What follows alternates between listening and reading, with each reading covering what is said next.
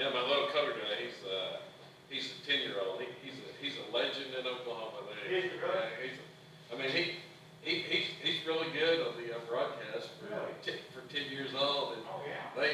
they talked to him like in Oklahoma City on the radio station in Oklahoma City. Interviewed him last year, No kidding. and I mean he's kind of a legend. That's awesome, man.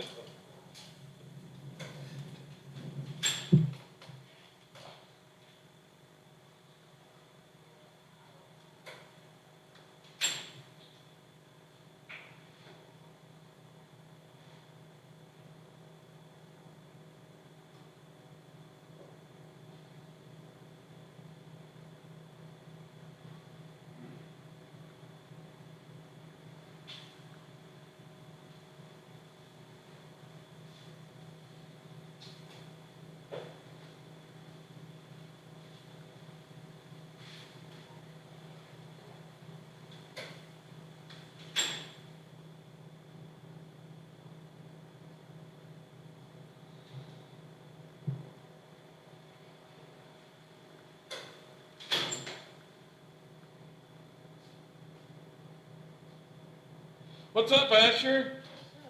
You made it. You ready to go? All right. Still work for you? Can I use this chair? Yeah, you can use that chair. I didn't know if you could be able to see. Be able to see? Does it be up high enough? I can stand.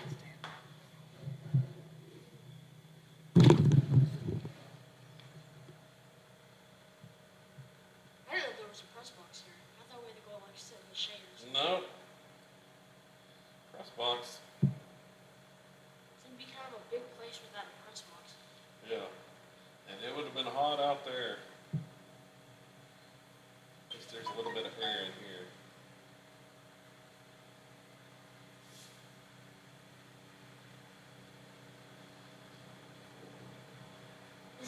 Is this like a minor league place? Yeah. Kind of a small one. I mean, no, it's like it's a college field is what it is. Like a real college field. Yeah.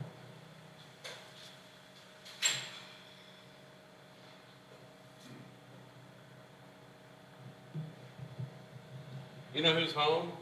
Did they flip? They're gonna flip. No, they hadn't flipped yet. Nope, I'm already coming down. What team is this? Good morning, ladies and Licking. gentlemen. Welcome to Sky Lake Stadium here in Ozark, Missouri. Folks, it is gonna be hot today, of course, you all know that, nothing new. Just a reminder for fans, on the third base side, behind the glass windows, right as you enter the park on the left-hand side, that room is 72 degrees, so if you need to get some heat relief, it is air conditioned. We're not selling anything out there, it's just a place for people to go in there and kind of cool down. On the first base side, right as you enter on the right-hand side, there's a big gate open right there. You're free to welcome, to walk in there as well. We got fans going, we got an air conditioner going on right there, so folks, again, please don't get overheated today, but just trying to provide something for the fans here to make sure that you're trying to have an enjoyable day. Thank you all for coming.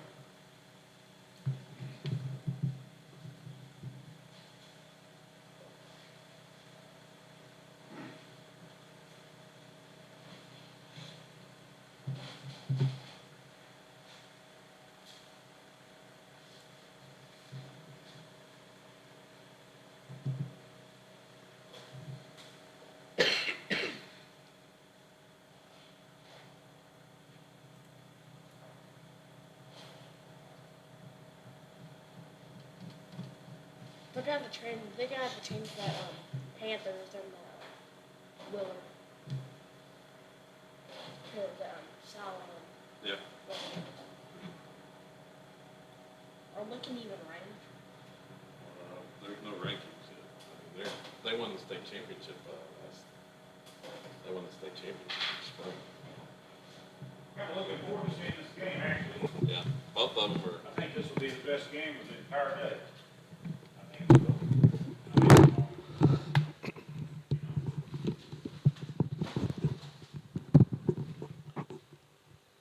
Always got a good team.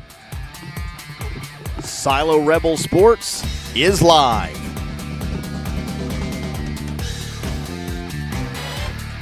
Rebel Red sponsors include C&D Cattle, First Texoma National Bank, Ford's Guide Service, Razor Blade Salon, Olivia's Jewelry, Texoma Ready Mix, Taco Casa, Roll-Offs, K&D Customs,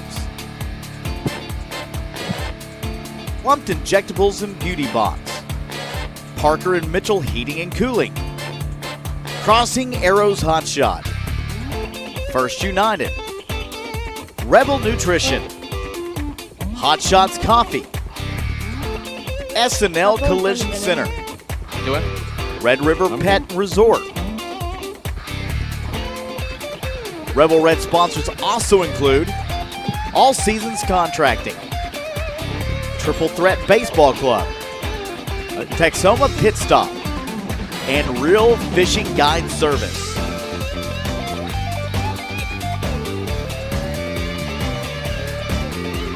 It's time for Silo Rebel Baseball. Here is your voice of the Rebels, Kevin Farr, and the best fifth grade sportscaster in the business, Asher Ludrick.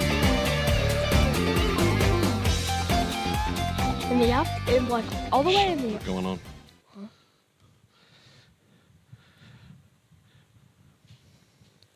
And hi again, everybody. It's Silo Rebels baseball here from Ozark, Missouri. It's the newly named Sky Bacon Stadium here in Ozark for today's opening contest of this U.S. Ballpark Fall Festival as the Rebels take on the Licking, Missouri Wildcats in today's opening contest. It's a battle of state champions as the Rebels in the spring won the Oklahoma 2A state title for a fifth consecutive year.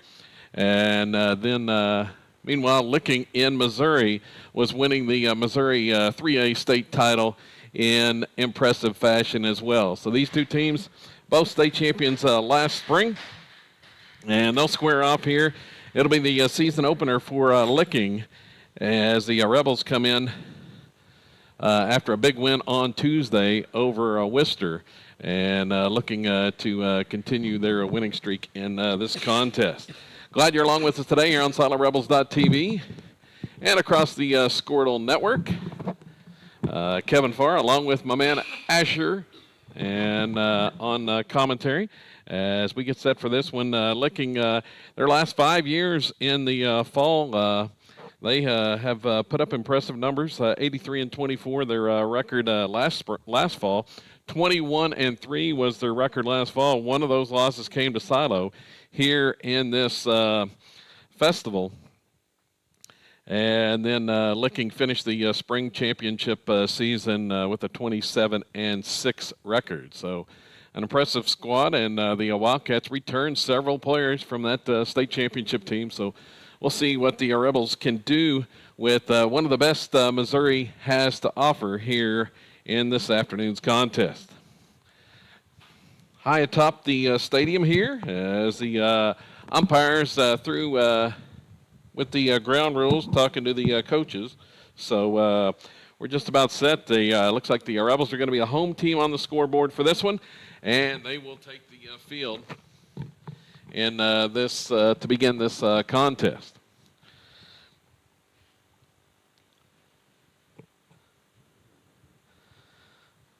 So Asher, what are you looking for from this game?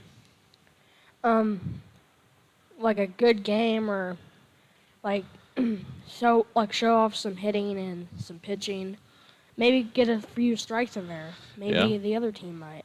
So yeah, should be a good one. The Rebels are going to send Landon Langley to the mound to start this one, and Landon coming off a strong performance last Friday in the Tupelo tournament win against Bing, as Langley got the win in that game, and he will get the mound assignment here for this contest. Let's see if I can find his numbers on the season. 5 2/3 innings, making his third appearance. 1-0 record, as I mentioned, Has allowed 2 runs, 2 earned on 3 hits, struck out 6, and walked 7. The walks really the only issue, as those came early in that game against Bing last week. But then he kind of settled in after the second inning and was kind of pretty strong for the middle frames. For the Rebels defensively, it's Zane Sander at third base. Daxter Thomas plays second. Britton Salisbury at second. Charlie Gardner manning the first base, or excuse me, well, actually Sam Mendenhall is at first base today. They kind of switched that up on us.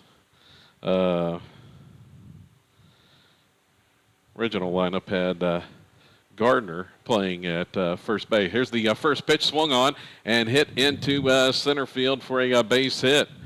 A leadoff hit there for Licking. And Carson Walker, the shortstop, wasted no time knocking Langley's first pitch out into center field for a hit. I mean, that's a good sign for Licking. I mean, that was a good hit, but... Walker with the leadoff single, and that brings up the next batter. It's Keller Davis. Now, Davis, he was an all-state pitcher last spring. He pitched the state championship win as the first pitch to him's a ball. See what the Wildcats want to do here with the runner on first and nobody out. Leadoff single to begin the first game of the season as a pickoff attempt and unsuccessful.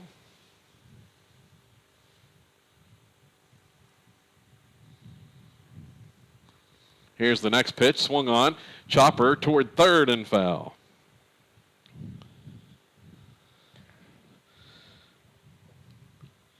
So 1 ball and 1 strike now. Davis is the batter. Maybe the first batter, I mean, he hit that one pretty good, but it was kind of simple. I mean, he got really onto it, then it just flew out there. Rebels had a couple of big double plays they turned last week to help Langley out in that victory over Bing. Here's the next pitch, swung on, and it's a runner going down to second. They're going to call interference by the batter. The runner is going to be out at second base. The umpire said he was safe. Oh, no, they're going to call the batter out on interference there. Okay. Oh, I thought you said like the second baseman. No, I was like, it was close. The runner has to go back on that play, and that's what they're doing. They're sending him back. It was batter interference on the swing. Interfered with the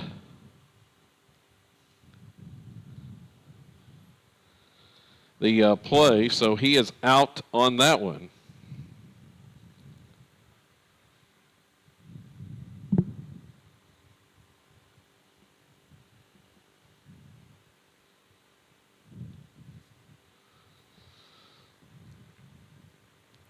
So the out is going to be recorded, actually. That's a 2U on the put out.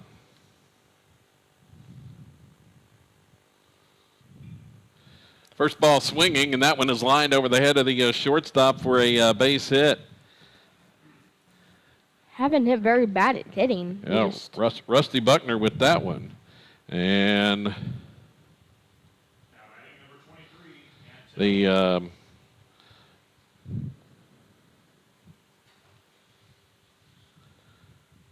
he was first pitch swinging again, jumping on the first pitch here from Langley as Buckner and Walker both first pitch hits.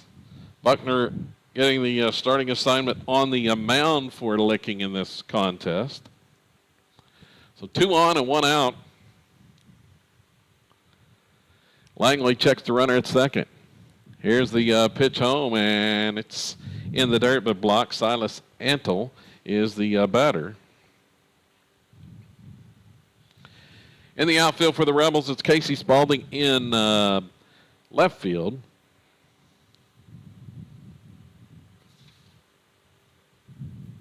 As here comes the next pitch, and it's a strike call. gets the call there. Colby Smith plays center, and the man in right field in this contest is going to be Sean Weaver. After all, he hasn't thrown the ball really out of the strike zone. He's just the players had a chance to hit the ball, and they did. So there's a guy on second and first. Yeah, he's been around the zone. Here's the next pitch. This one swung on. It's line to center. It's going to drop in front of the center fielder, Colby Smith, for a hit. Third hit of the inning for Licking.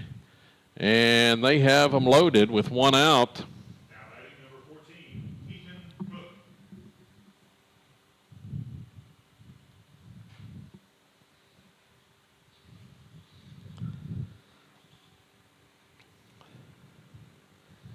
So that another line single. And the Rebels having to play a deep ballpark here. And having to play deep at Sky Bacon Stadium. So Licking has dropped a couple in front of them as there's the first pitch, and it's a called strike to Keaton Cook. So Cook, the batter, fifth hitter in the order for Licking here. The Wildcats, as I mentioned, defending, were the 3A state champions in the spring, and there's a swing and miss. When he swung at that one, he just noticed that he wasn't going to hit that. A big spot here now for the Rebel pitcher, Rebel Jr. 0-2, and that one's inside as the base is loaded and one out. High and in to the batter, Cook.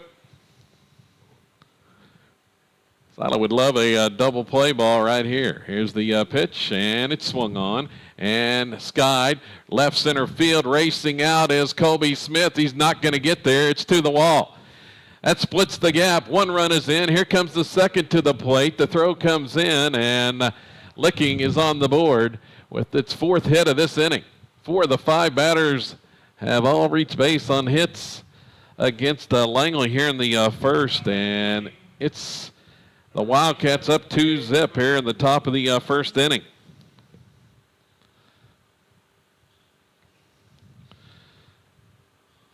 So the defending state champs have come out swinging for Missouri, and that's going to bring Cale Cook to the plate, the designated hitter.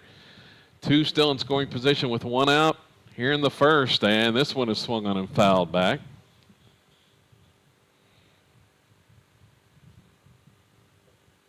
He almost got the last batter, but he still got a double. Yeah, I got ahead in the count at 0-2. We're giving up that 1-2 double to the left center field wall, and that pitch is breaking ball on the inside corner for a called strike. So once again, 0-2 the count. Langley ahead in the count, but has not been able to get to any outs other than that batter interference. Here's a one sky to right field. Weaver coming in, makes the catch. Here comes the throw to the plate, and it's cut off, and the runner's going to score on the sacrifice fly. Hit deep enough, and Licking now leads it 3-0 over Silo here in the top half of the first inning.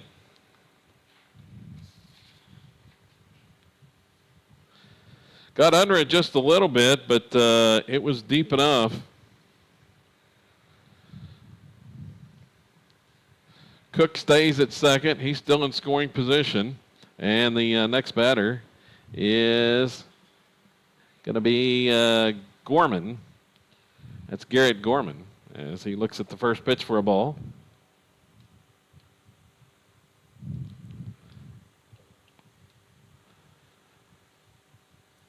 Pitch from Langley is a strike call. That one on the outside corner.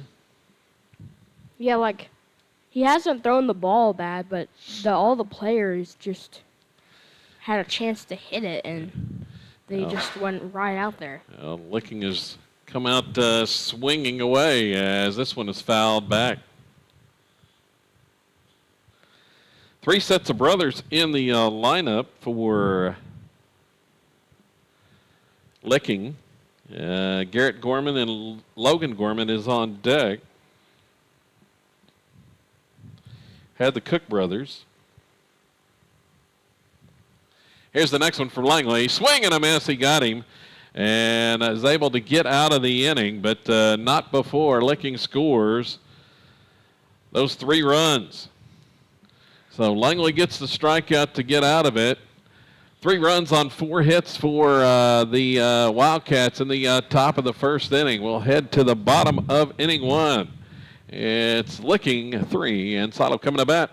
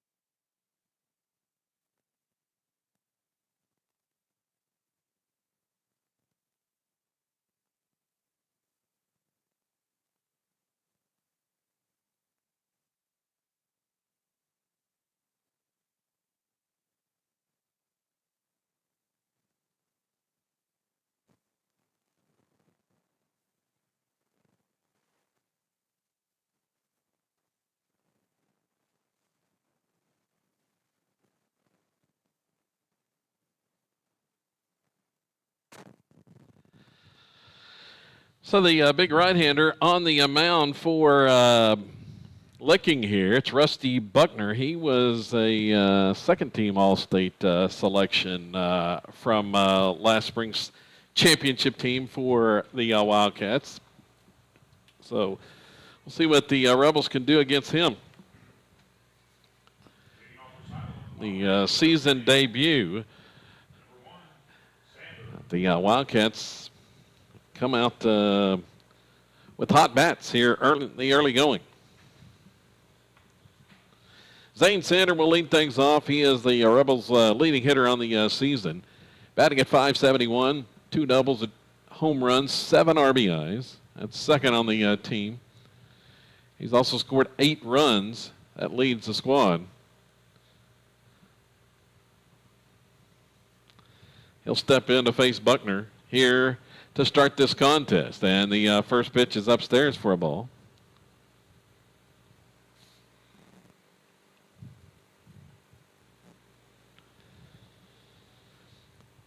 Here comes the next one from Buckner. Swung on. That one's smashed back up the middle, base hit.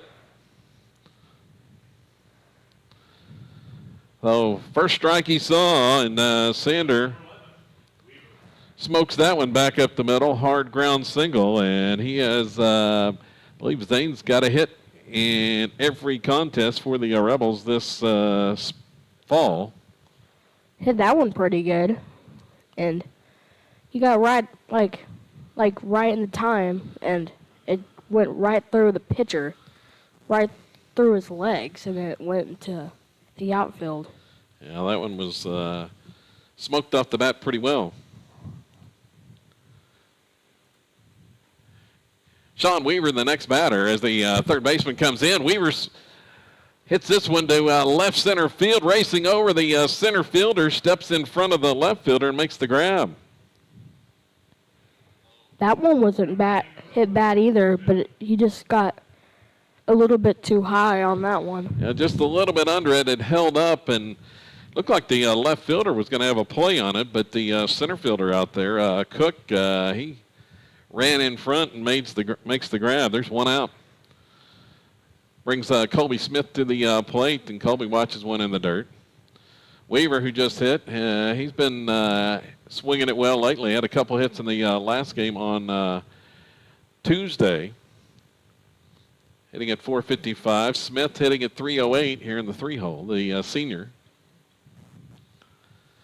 And the next pitch to Colby. It's swung on. This one is skied to right. Hanging up, the right fielder comes in, makes a sliding catch. Sander retreating to first base as he was on the move on the pitch, has to get back, and that ball's caught for out number 2.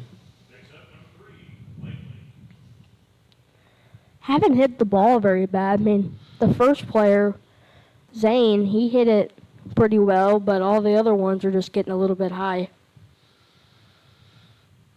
So Sander was on the move trying to steal a base, but has to go back. Rebels swinging early in the count, as at the plate here it's going to be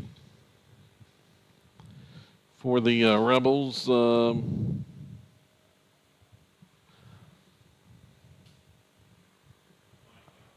That's Landon Langley. Although, well, they've switched around the lineup here, as that wasn't what the lineup that I had gotten on that. But Langley at the plate here. 2-0 the count. And that one misses as well. He hasn't thrown the ball straight at all, but it's still kind of working for him because we hit it out 2 times and we got 2 outs. Well, that one fouled. It's a strike called. Sander was moving on the pitch, and he gets in there to second base with the steal. Langley check swing, and he went around that time.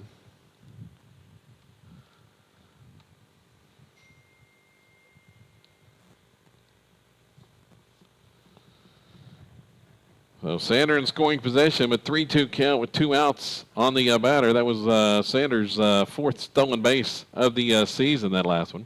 Here's the 3-2, swing and a miss. He struck him out. So Langley goes down on strikes to end the first inning. The Rebels get a leadoff single, but that's it against the Wildcats. And Licking leads 3-0 as we go to the second inning here from Ozark, Missouri.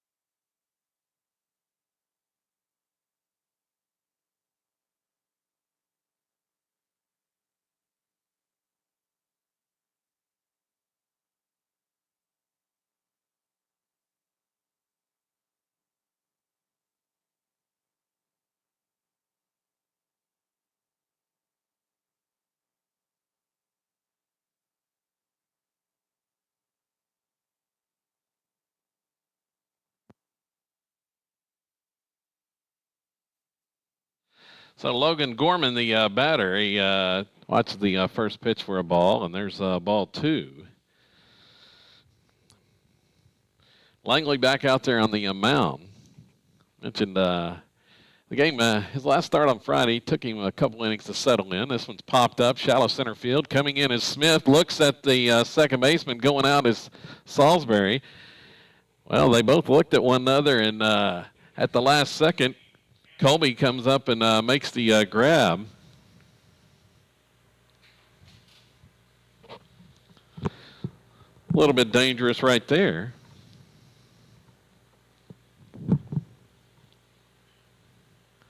And there's the first pitch swinging, and that one is lined into right center field. Going to split the gap, roll all the way past the diving second baseman. It gets to the wall. Rebels unable to cut it off, and it's going to be a triple.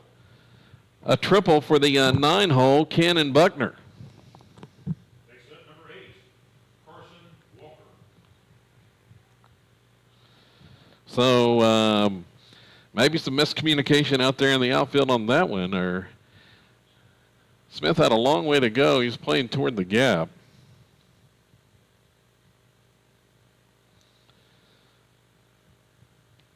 So that one, a ground ball that gets through all the way to the wall in this spacious ballpark. And back to the top of the order, it's Carson Walker.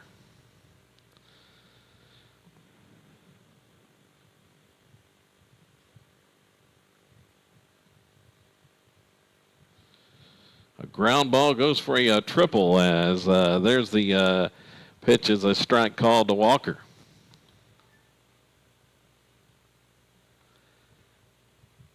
Licking threatening for more after scoring 3 in the first. Rebels bring the infield in. This one swung on. It's popped up, and Daxter Thomas makes the grab. Fortunately, it wasn't popped up too far out there because the Rebels were way in on the grass, and it had been a tough play to make the catch if that had been normal depth on the pop-up. Looks like they controlled this inning a little bit better than that other one because it's already 2 outs with like a guy on third. I mean, they might have got a triple, but at least there wasn't as much hits. So the first pitch is a ball to Keller Davis. Here's the next one. And it's a strike call. Kevin Farr along with my man Asher Ludrick on commentary today from Ozark, Missouri, as that pitch just missed off the corner, ball 2. Best 5th grade commentator in the business. As this one swung on, and it's drilled to the gap in right center. This one's going to split once again and roll into the wall. Extra bases, could be another triple as getting over there at the wall, throws it back in as Weaver, and it is going to be a triple for Keller Davis. 2 triples in the inning as that one was a little bit more well struck than the first one. But Smith playing over toward the left, shading the left center gap, and it was a long run for Weaver to try to get over there and could not cut it off. It's 4-0 now, and Licking still threatening in the first as the 3-hole Rusty Buckner at the plate.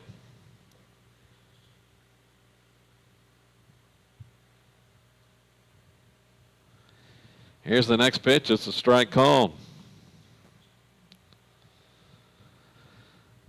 2 down here in the second inning.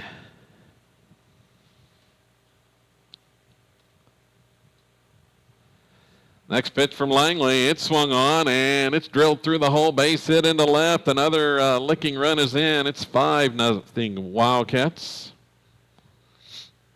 Next up, number 23, Antel. So that's already 7 hits for Licking. Just 2 outs here into the second inning. Not sure how deep the Rebels can go in the pitching staff with 4 games this weekend and another contest on Monday. Colby Smith unavailable after that complete game outing on Tuesday. Here's a toss to first, not in time.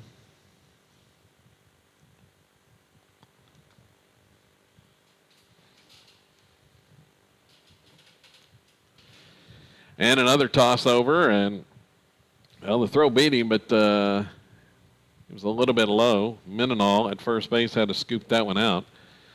Charlie Gardner, a late scratch from the lineup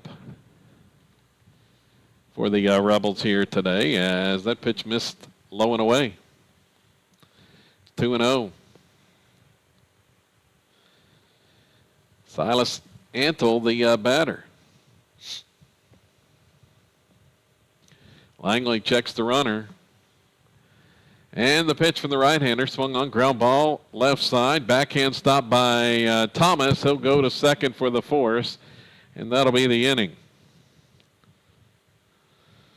So the fielder's choice ends the frame, but a couple of triples for Licking leads the 2 more runs, and it's now 5-0. Wildcats on top of the Rebels here in the second inning.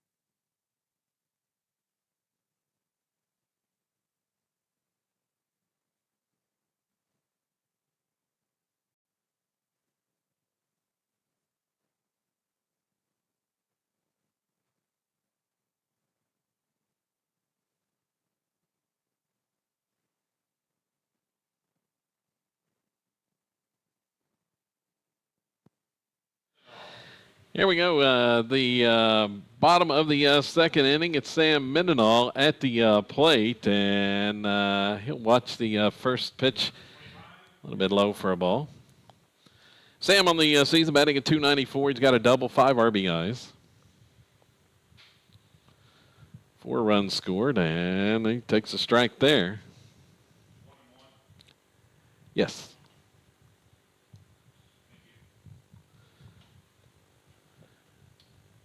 Comes the next pitch from Buckner, and that called strike on the outside corner with that breaking ball. Sam held up and took it there for strike 2. Here comes the next one from Buckner. Swung on. This one is lined into left field, base hit. Mendenhall is aboard. You can see if we could try to get this started into how we can get some good hits and maybe try to get on the board a little bit. Yeah, need to string some together. The Rebels do, as Licking did, like in that first inning when made the most of 4 singles in that contest, but just found the right holes and took advantage of the spacious outfield territory. Outfielders got a lot of room to cover. And this one swung on. Ground ball left side there by Salisbury. Deep in the hole. Throw to first is not going to be in time. It's going to be an infield single. As the shortstop Walker had to go deep in the hole and could not make the throw over in time. And Salisbury's aboard. Back-to-back hits.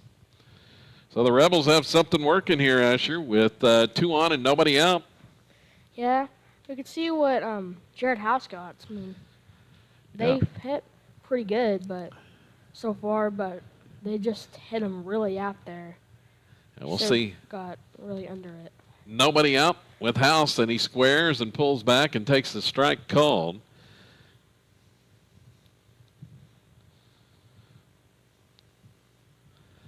Third baseman, he is playing back almost to left field, so he's probably not going to get there on any bunt.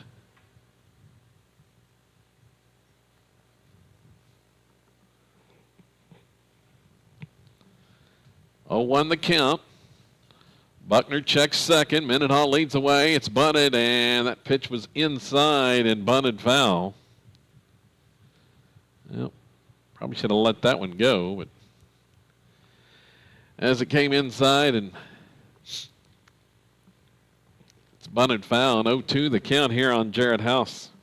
House hitting at 154. He's got 5 RBIs, however. Here's the next pitch. It's swung on. This one, a bloop into right field. Coming in, the right fielder can't get there. Whiffs on the catch attempt. Now running, heading to the plate is Sam Mendenhall. House started to second, and the runner was held up there. The runners got held up, and he had to wait for Salisbury, and House slipped for a second but got up.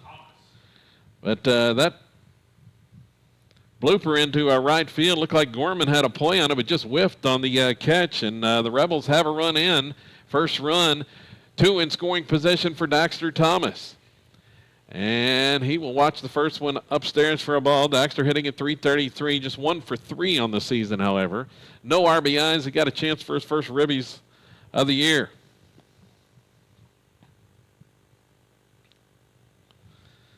He had a runner at second base, and this one's popped up by Daxter. It's going to get to the seats. Wouldn't nearly hit that guy. He got real close. Did you see who the courtesy runner was, Asher? I didn't catch that. I don't know either. So 1-1 the count. I was just paying attention at the hitting. Here's the next pitch. This one swung on. It's popped up. Shallow left field. Out is the shortstop and is going to make the grab. It's like Jake Langley out there at second base. So Daxter pops out.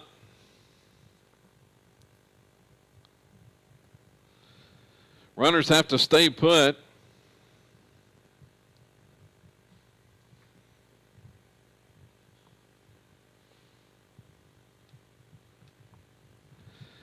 Casey Spalding, the next hitter, and he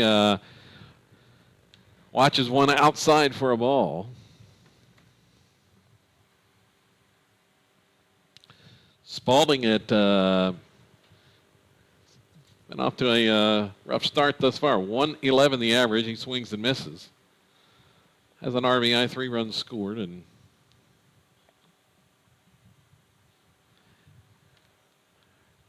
base hit would be nice here. Likely get 2 runs in and cut into this 5-1 lead for Licking. Here's a ground ball, hit the third, right to the third baseman. He's coming home. It's going to be a tag, and he's out.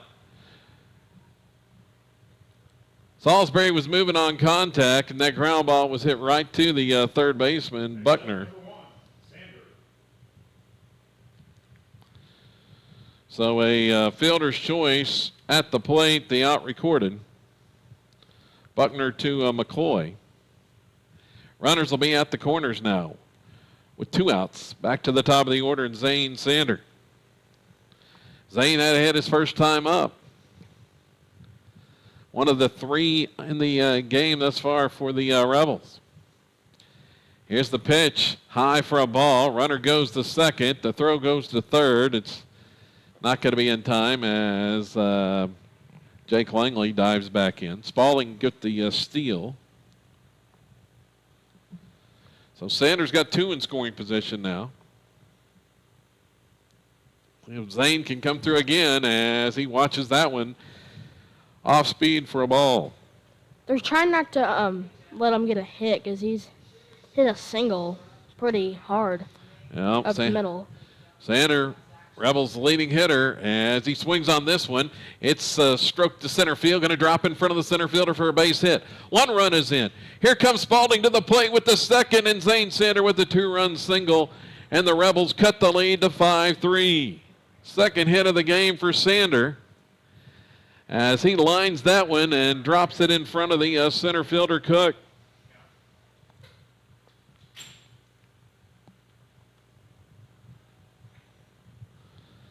So Silo has gotten 3 back here in the second inning.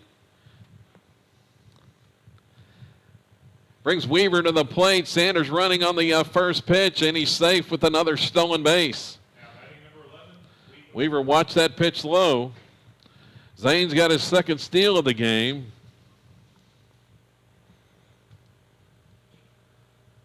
Couple of hits, couple RBIs, couple steals for Sander in the leadoff spot for the Rebels, the sophomore. Weaver trying to get him in. He swings on this one and pulls it foul. 1-1 the count.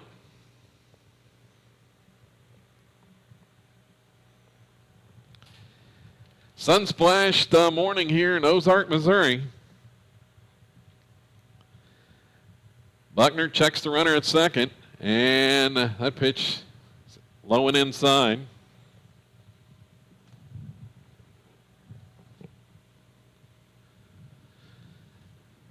Sander out there in scoring position. He's been a thorn in Buckner's side thus far. We're just in the second inning. Here's the next pitch, and it is inside. Ball 3. So 3-1 the count to Weaver. Sean, 2 of the Rebels' 5 hits in the game on Tuesday.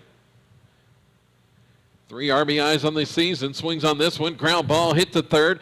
Knocked down by the third baseman, and he fakes and has Sander in a rundown. They got him in a rundown between second and third. There's the throw, and he's out. Well, the third baseman bobbled it for a second, then fakes the throw to first, and he caught Zane leaning, and they're able to get the out, the fielder's choice. On that play to end the inning.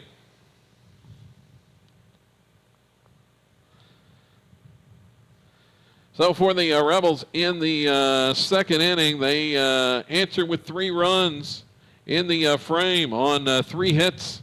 There was 1 error and a man left. We head to the third, and Licking leading Silo 5-3.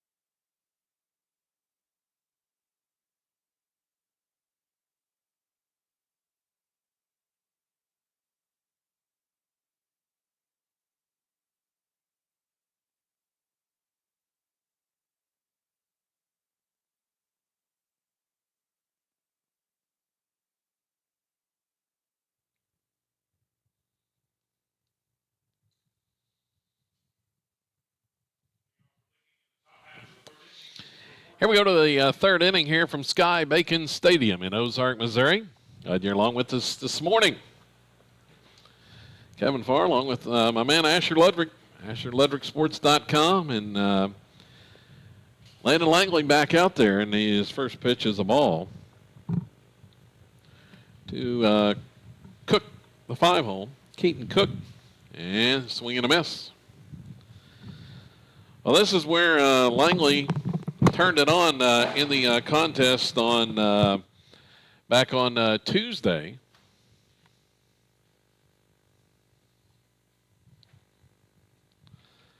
Or excuse me, last Friday, not Tuesday.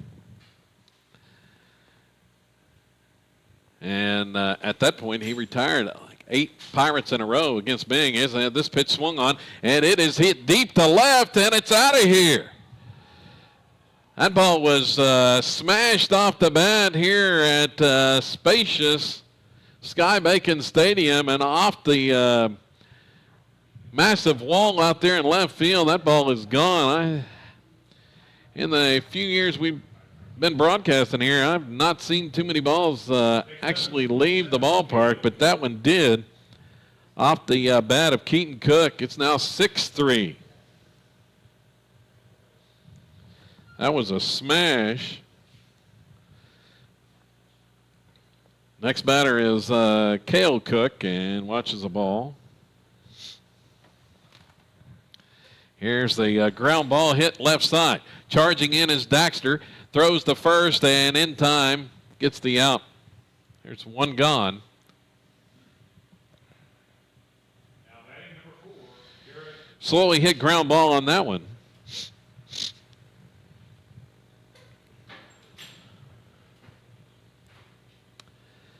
Garrett Gorman is the Gorman, is the next batter, and Gorman swings and misses on the pitch here from Langley. So a leadoff home run here in the third. Licking 3 runs in the first, 2 in the second, 1 in the third. Here's a ground ball left side. Fielded nicely by Sander. The throw over a little bit high, and Mendenhall tried to come down with it to make the tag, but could not in time. The throw just a little bit high drew Mendenhall off the bag, and Sam unable to make the tag there. Next up, number 1, Logan Gorman. Logan Gorman, the next hitter. Left-hand hitter at the plate. And he takes a strike. First error charged to the Rebels here this afternoon. Here's a toss to first, and he got him on the snap throw over. And Langley picks off the runner.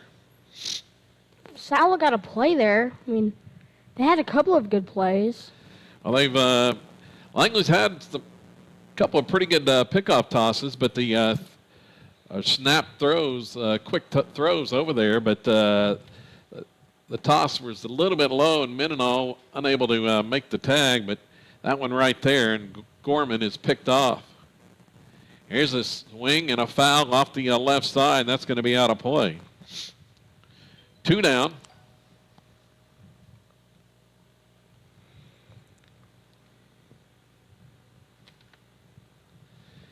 Here's Langley's next pitch. It's upstairs for a ball.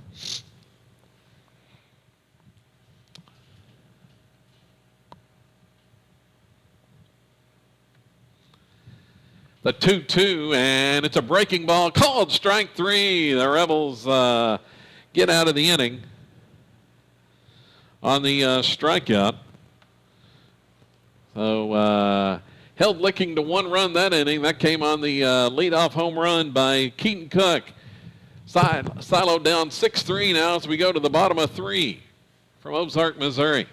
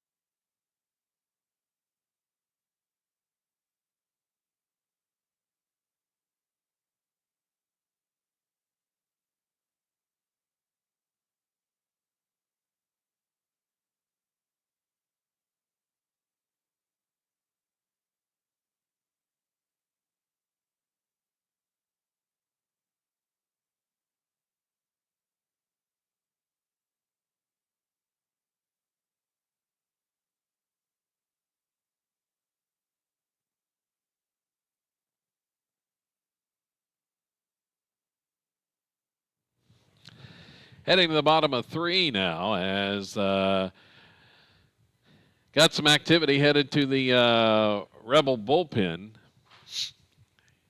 Here as we head to the bottom of the third. Rebels down 3. And it's 3, 4, and 5 in the order as Colby Smith will start things for the Rebels here. Looks like Britton Salisbury, I believe, is the one going to the bullpen to start loosening up. And that first pitch to Colby is upstairs for a ball. Rebels got the lead off aboard. First 2 the last inning on hits. Here's a ground ball hit to short. The throw over is in time, and Colby's retired.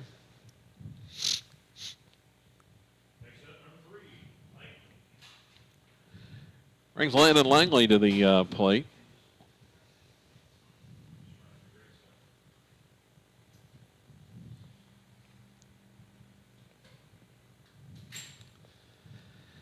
And Buckner delivers a breaking ball that just missed.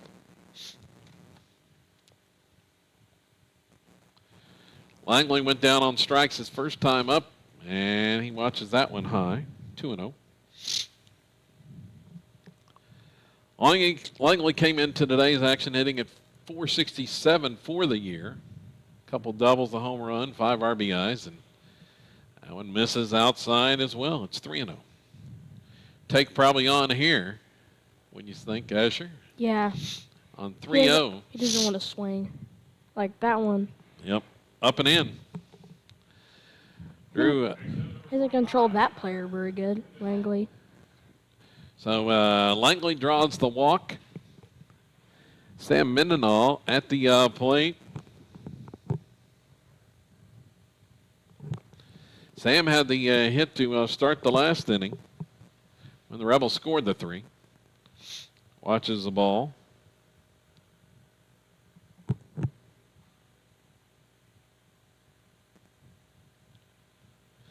And that's going to draw a visit to the mound.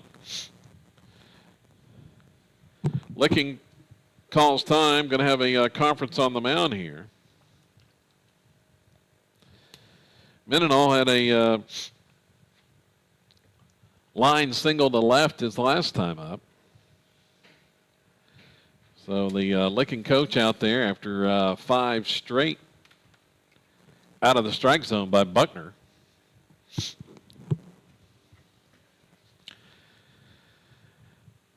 As we mentioned in the pregame, this is a showdown of state championship teams from the spring. Now, lineups have changed quite a bit, at least for the Rebels. Now, Licking returned about 5 starters from that state championship team from the spring. Now ready to go. Here's Buckner's pitch. Swung on. It's popped up. Foul ground right side. Coming in as the first baseman, Annell, and Mendenhall will be out on the pop out. Now batting number 13,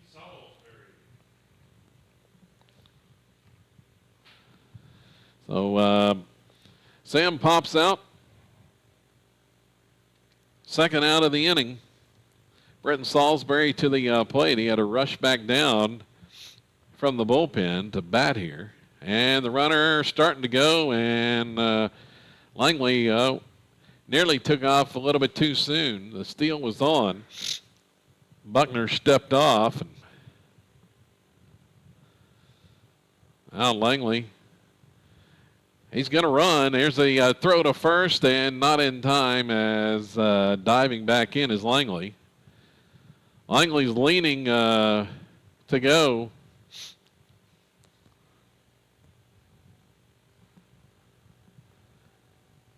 And here he goes.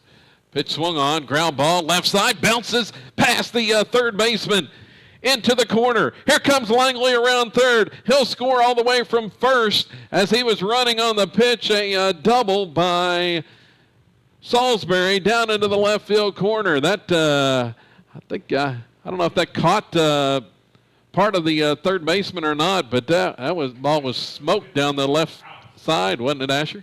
Yeah, I mean, the third baseman couldn't catch it, and it just went right down there. And the left fielder had to go over there and, like, throw it, and Langley made it.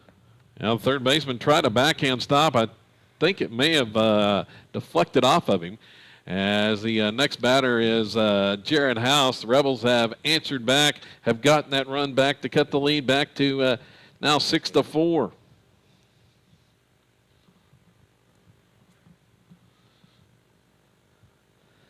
Here's the next pitch from Buckner. Swung on by House and pulled foul.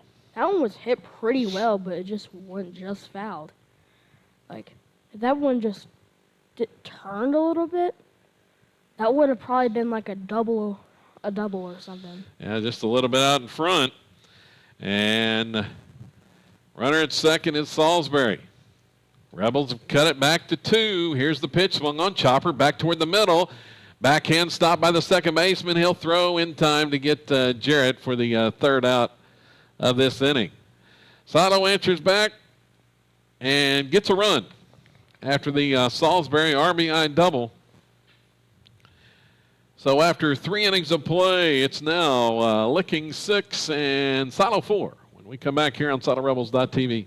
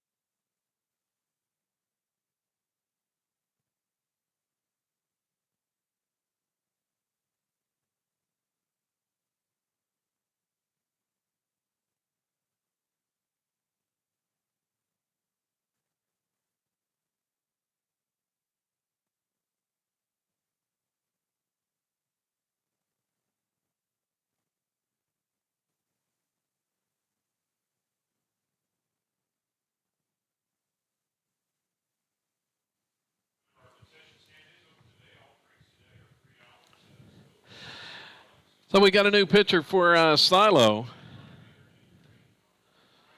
As the defensive changes for the Rebels, Landon Langley now moves to right field. Sean Weaver over to center.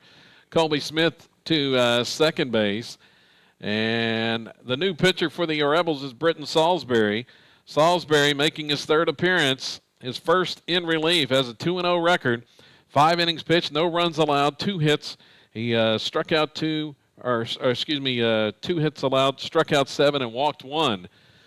Salisbury, his last outing came in that complete game win over Stonewall last Thursday in the opening round of the Tupelo tournament, and he's on in relief here. Trying to shut down this Licking offensive attack. Wildcats have managed 8 hits, got 8 hits off of Langley through the first 3 innings. So see what Britt can do here. The first pitch from Salisbury, and it's going to be a little bit high. It's 9, 1, and 2 in the order. But the 9-hole, Cannon Buckner here, he had a triple his last time. Pops this one up. Shallow right field coming in as Langley reaches up and makes the grab. There's one gone. Quickly here in the 4th.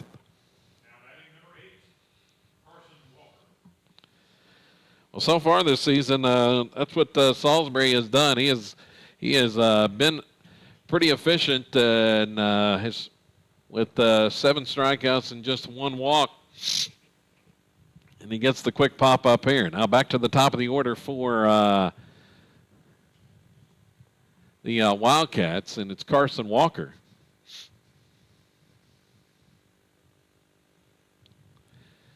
Walker takes a strike there.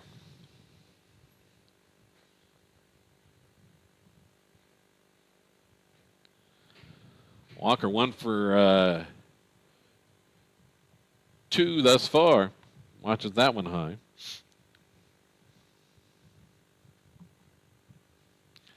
Here's the next pitch. Swung on, and it's fouled back to the screen.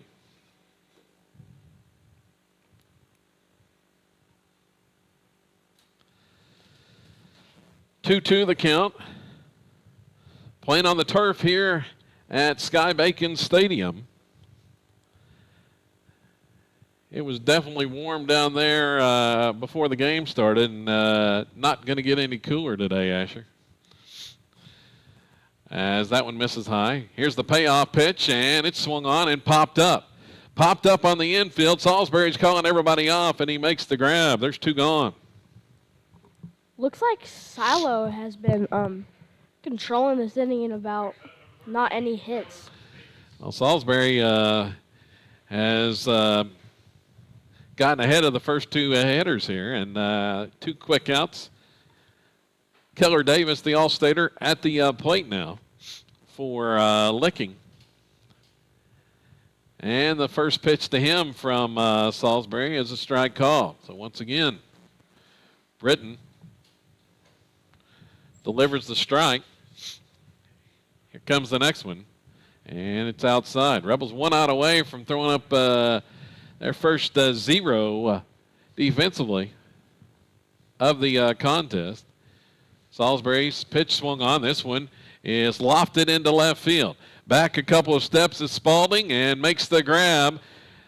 So 3 quick outs recorded by Salisbury here in the 4th inning as looking goes in order. No runs, no hits, nobody left. We head to the bottom of the 4th. Silo trying to cut into this 2-run deficit when we come back here on SiloRebels.tv.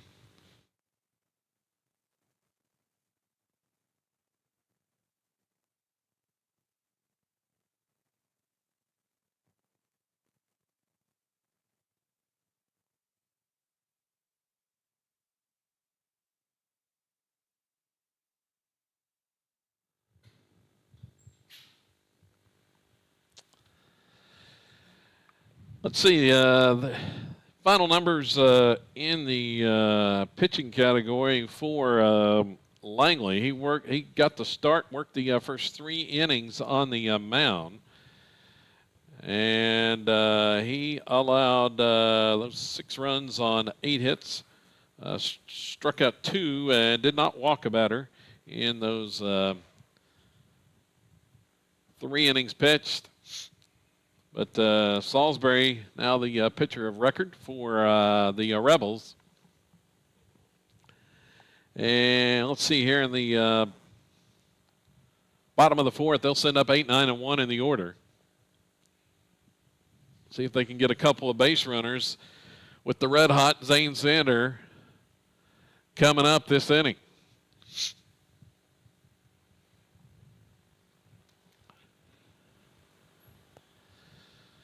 But as I mentioned, it sun-splashed afternoon here, or actually still morning, at the ballpark here in Ozark. But it's very hot outside. Down there, I was down there at the by the dugout before the game. You could just see the heat coming off the turf on the infield already, and that was about 9:30 this morning. So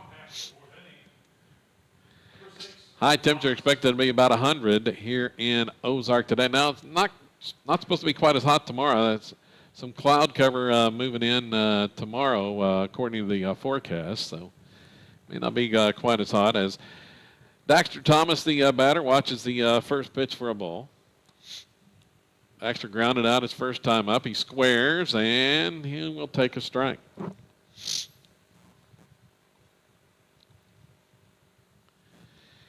The sophomore at the plate.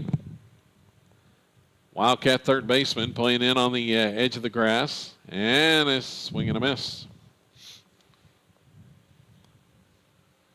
It's 1-2, or at least on the edge of the green, let's call it. That's not grass out there. Artificial surface here.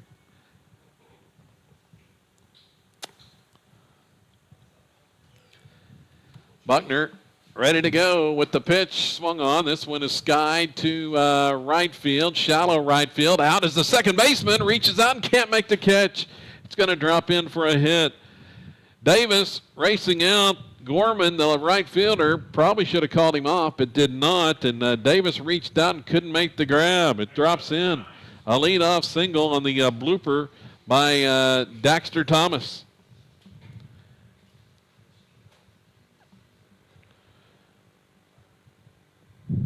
That's going to bring Casey Spalding to the plate. Spalding squares. He'll bunt. Coming in as the third baseman. The throw over in time. Buckner with the throw, and the sacrifice bunt is successful. Moves Spalding into scoring position. So here comes Zane to the plate. See if he can do it again. Drove in 2 his last time with a 2-out hit. Now 1 in scoring position out there at second is Daxter Thomas. Here's the pitch to Sander. It's low for a ball. 9 RBIs on the season now for Zane. See if Licking is a little more careful with him this time. Buckner rocks and fires, and that one's high and tight, 2-0. They've got a base open. They could elect to pitch around Sander, but that would put on the tying run.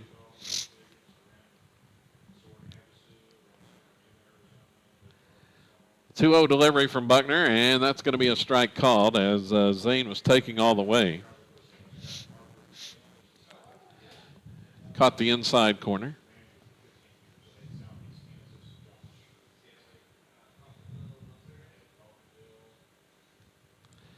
Here's the next pitch, and that one misses low. It's 3-1.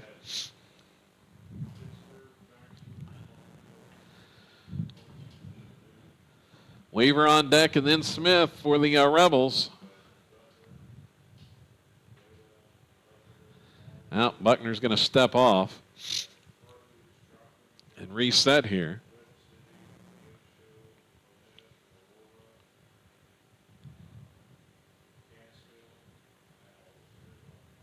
Taking a lot of time. Now Zane's going to call timeout. Cat and mouse game out there right now between the pitcher Buckner and the batter Sander.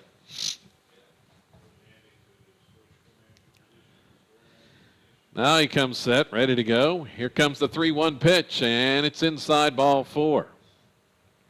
It almost hit him a little bit. Yep, it came high and tight. So Sanders aboard all 3 times today once again. His on-base percentage on the season is nearing 800, in the 800 range. Not bad for the leadoff spot. He's been in all season. Brings Weaver to the plate, 2 on. Tying runs on base. First pitch swinging. He pops this one up. Shallow left field. Out is the shortstop and going to make the catch.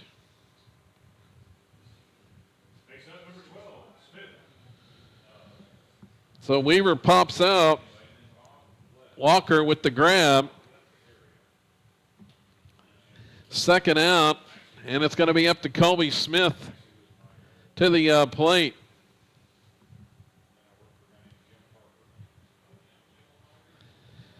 The senior Smith looking for his first hit today as he watches that one down.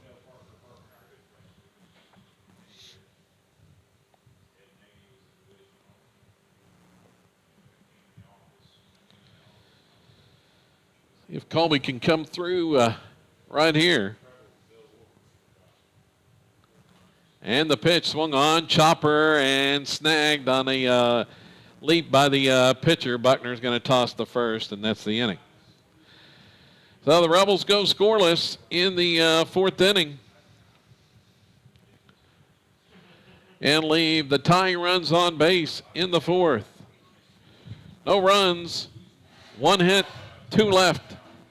Move to the 5th. Licking up 6-4 over Silo.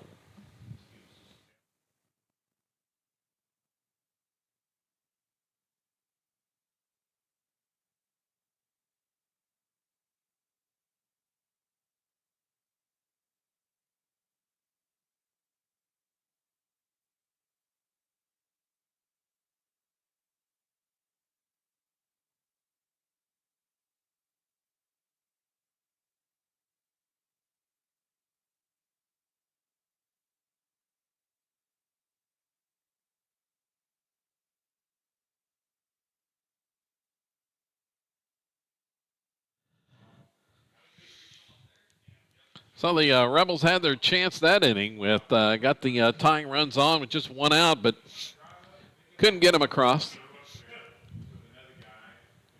Down 6-4, Salisbury back out there on the mound, and he worked a quick 4th inning.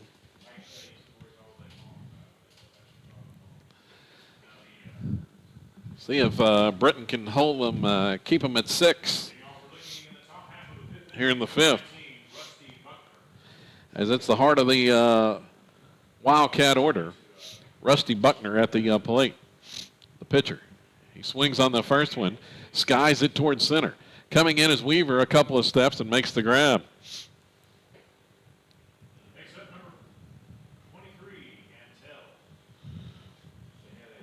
Silas Antle, the next batter. So 1 pitch, 1 out here in the 5th. for Salisbury.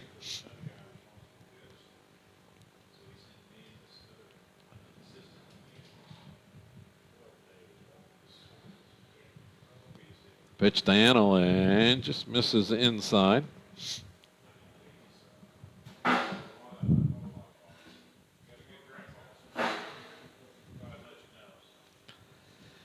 And the next one, breaking ball is a called strike. Drops in there that time. Sander out there at third. It's Thomas at short and Smith at second now with Mendenhall at first. And pitch misses away by Salisbury. House still behind the plate.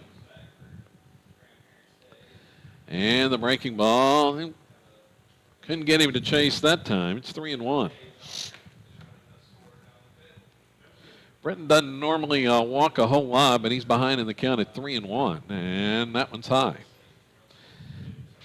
He will issue the one-out walk to Antle here. Next up, number 23, Antel.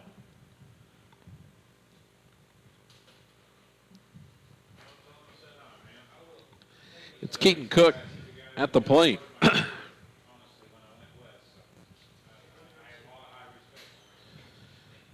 Cook has a couple of hits. And, well, that pitch misses for a ball.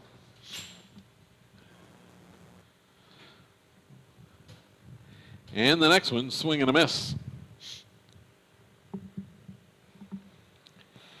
He's got 2 of the 8 hits. With one out here in the 5th. And that pitch just off the corner.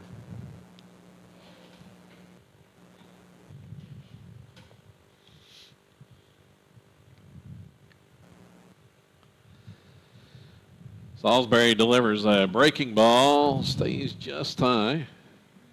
That one looked pretty good, Asher. Yeah, it did. It should have been a strike.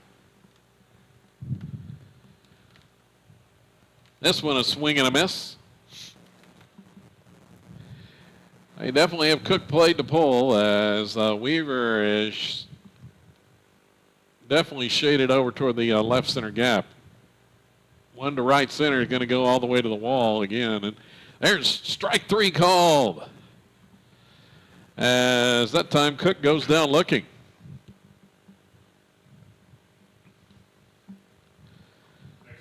So Britton gets the big strikeout there, 2 gone.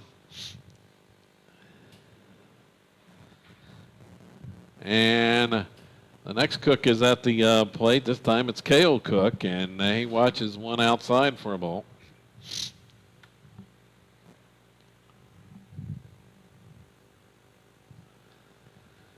Next one is swung on and pulled down the to right and right into the glove of Langley.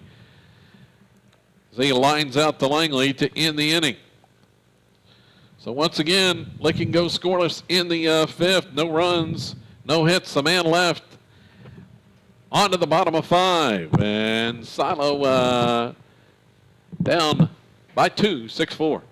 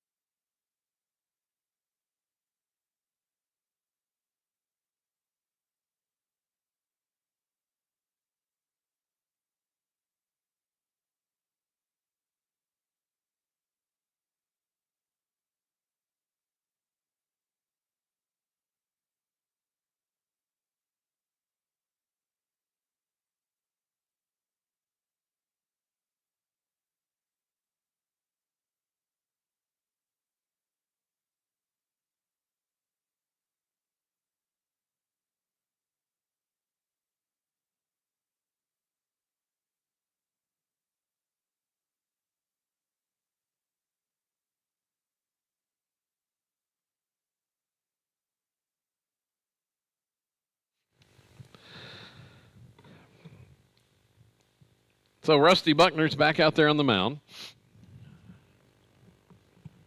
Second team All-Stater last spring for Licking. He's gone the distance thus far. Rebels have 6 hits in the game. 4, 5, and 6 in the order.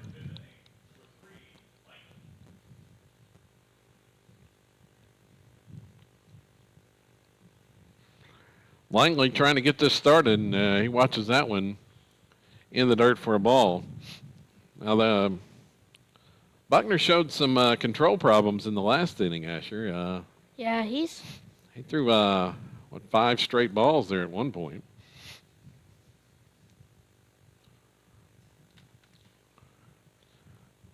Here's the next one. It's knocked foul off the right side.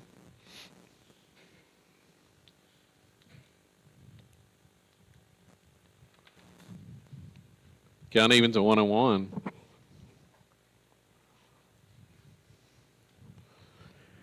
Buckner delivers that one way outside.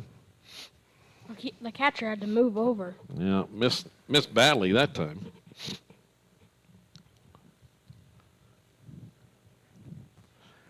Rebels left the tying runs on base in the last inning. We'll see if they can threaten again here, as that one to Langley misses as well. It's 3-1.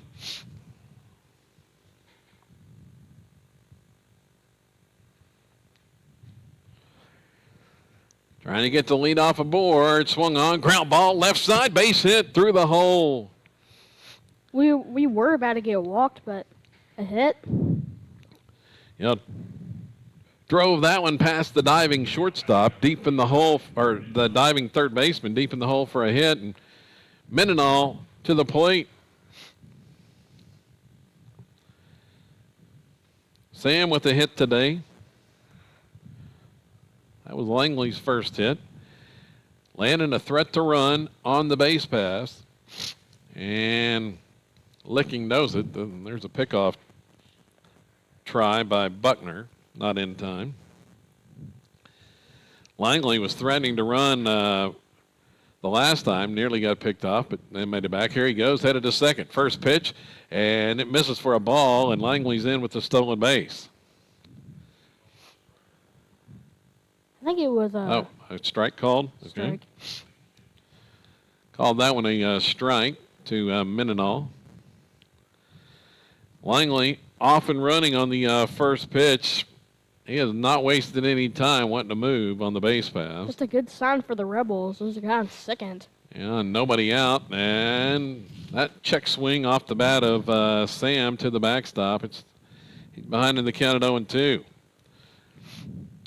Needs to come up with something here to get Langley over to third base with less than 2 outs.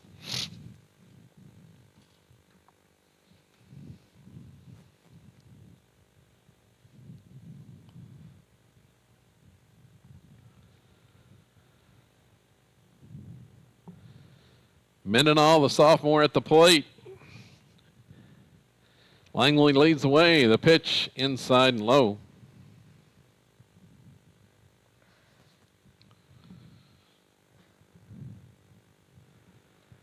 Rebels have trailed from the start. Licking scored 3 in the first, 2 in the second to take a 5-0 lead. Added a run in the third, but Silo has whittled back here. And that one misses low and bounces away from the catcher, but not far enough. It's now 2-2.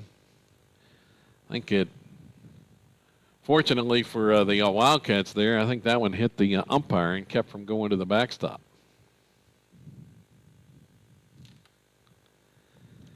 Comes the next one to Sam, high and away. It's 3-2.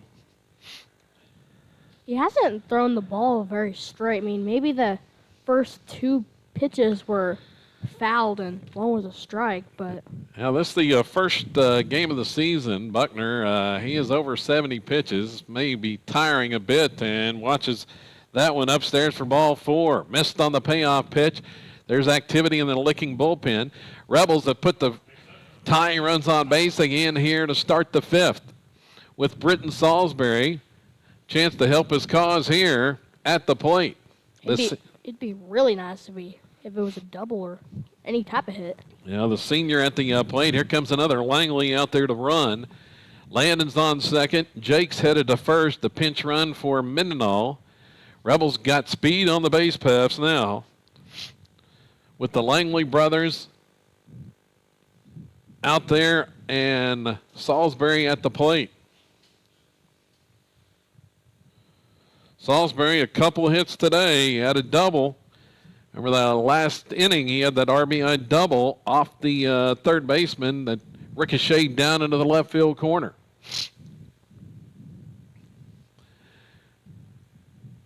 Wildcats creeping in. It's bunted. Back to the pitcher. Here comes the throw to first. Sidearm throw. It's just in time as Salisbury collides with the second baseman. And he may be a little bit banged up, shaking his arm out there. So Salisbury comes up with the sacrifice bunt on that one, moves the runners over. Now the tying runs are both in scoring position with just one out.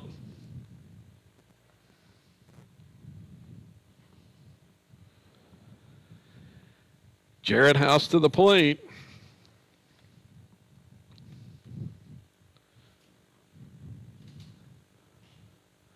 A base hit would likely tie it, and he's hit by the pitch. That one inside the House loads the bases.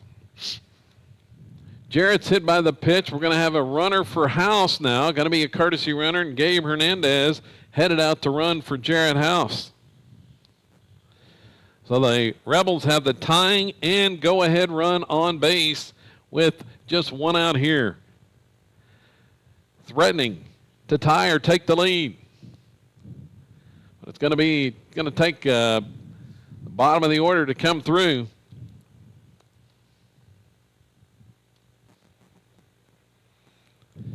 Daxter Thomas at the plate. He had a bloop single his last time up. Here comes the pitch from Buckner, and it's a big swing and a miss. He took a hefty cut at that one.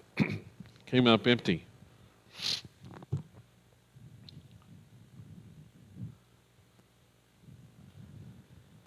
Here comes the next one from Buckner. Swung on, ground ball, right side. Bobbled there by the second baseman. He has to go to first and gets the out, but that is the only play. He thought about the double play and bobbles it. Did Davis at second, so they were unable to get the double play. Rebels score a run, cut it to 6-5. On the fielder's choice, on the ground out by Daxter Thomas.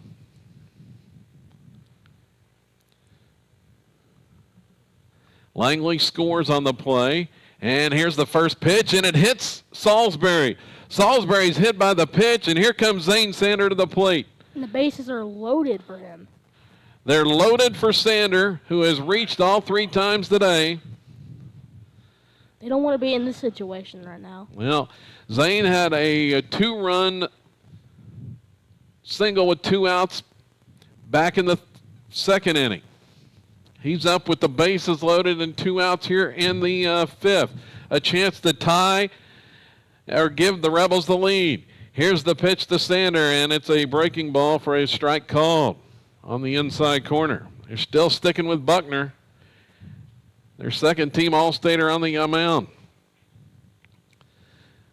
Key spot here. Here's the pitch to Sander, and it's a called strike. That one looked a little bit high. Sounded like it got some grumbles from the Silo crowd. It's 0-2.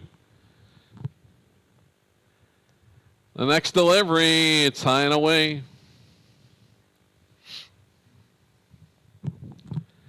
Rebels have cut it to 6-5.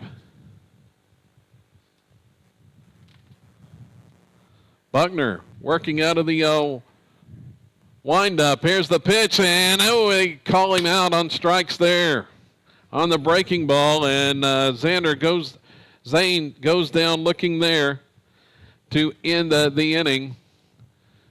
May have said a check swing. I don't know. But the Rebels leave them loaded in the frame. For Silo, 1 run, 1 hit, 3 left. We go to the 6th. It's now Licking 6, Silo 5 when we come back on SiloRebels.tv.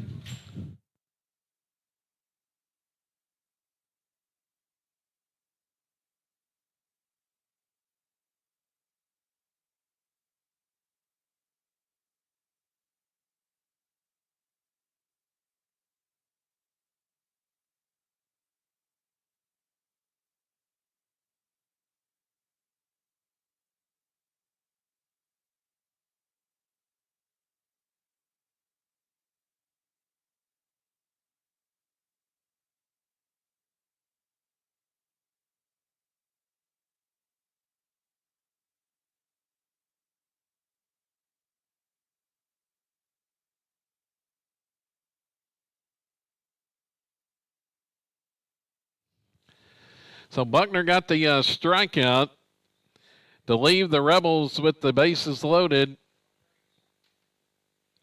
in the 5th. On to the 6th. Silo has gotten back within 1. 2 outs to go here against the defending Missouri state champions. So battle of state champions today at the ballpark here in this first game of the festival in Ozark, Missouri. And Salisbury, he has been stellar since he came on in relief in the 4th.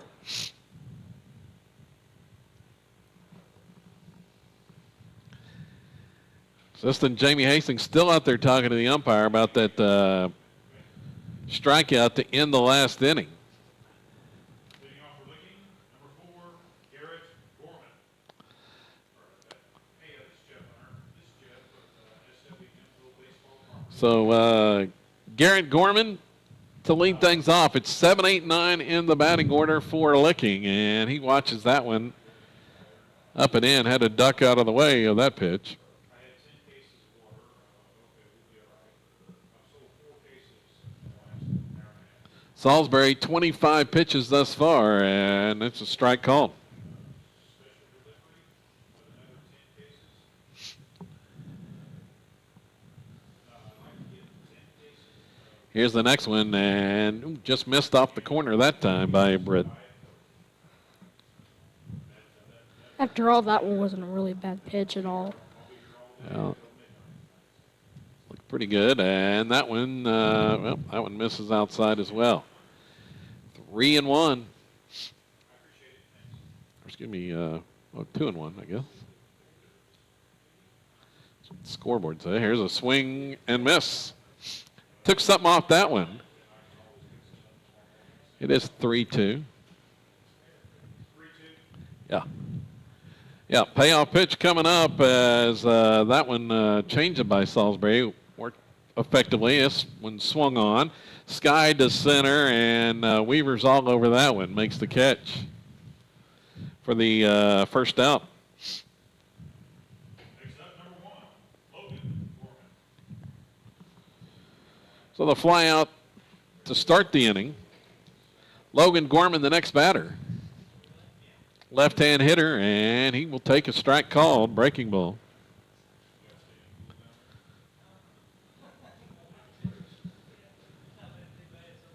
Here comes the next one from Britt, and it swung on. Opposite field. Weaver was over toward that gap and makes the catch on that high fly ball. Now batting number 16, Cannon Butler. There's 2 gone. So outside of the 1 walk in the last inning, Salisbury's come in and just been mowing the Wildcats down since the 4th. And the first pitch here is a ball. Cannon Buckner.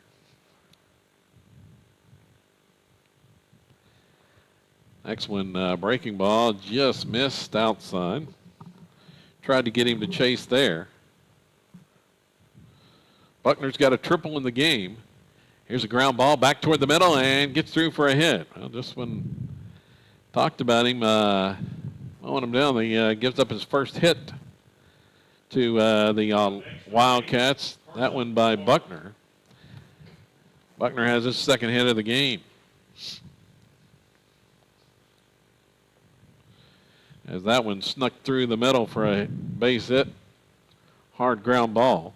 Back to the top of the order, and it's Carson Walker for Licking, and he will foul off. Cue shot toward the first base side.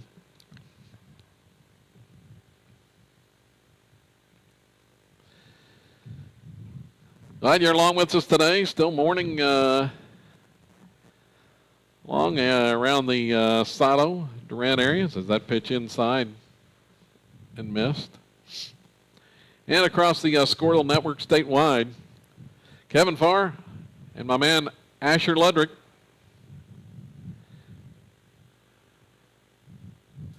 That's fifth grade commentator in the business as that one missed for a ball. It's 2-1.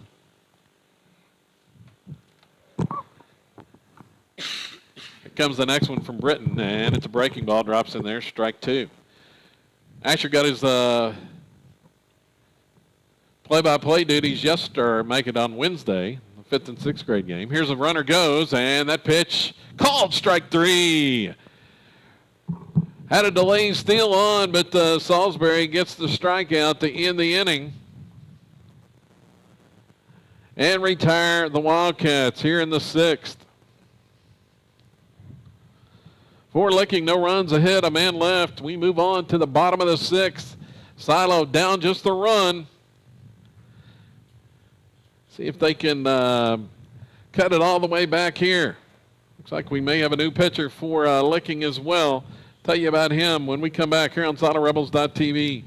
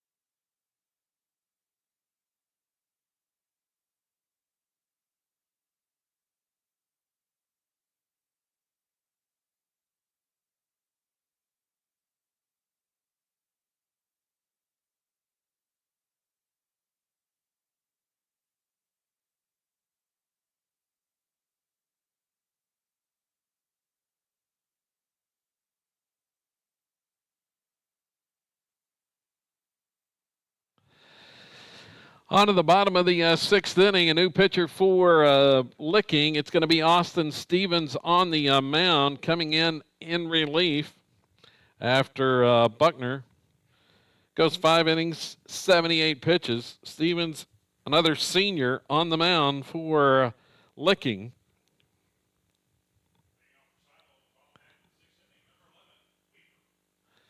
So it's 2, 3, and 4 in the order for the Rebels. Weaver at the plate, and he watches the first one down low for a ball.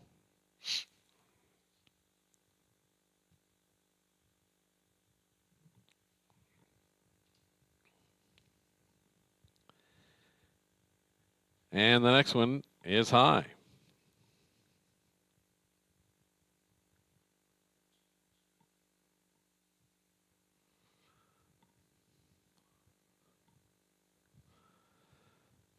Strike is called there. So let's see.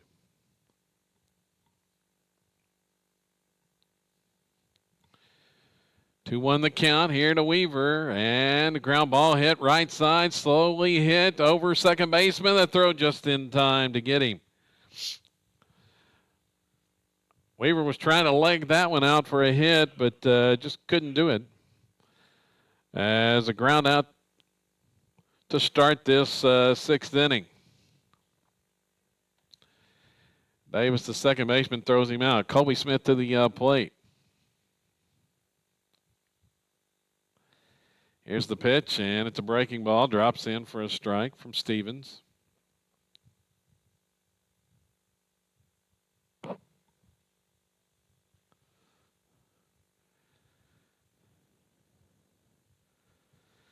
And that one's fouled at the plate. Stevens was a key hurler in the Wildcats state championship run last spring.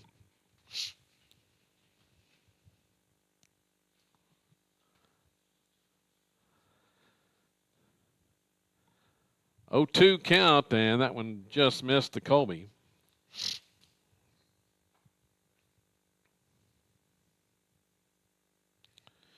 Oh for 3 today. Trying to break out and get the tying run on base here in the 6th, as that one's high. Counts even.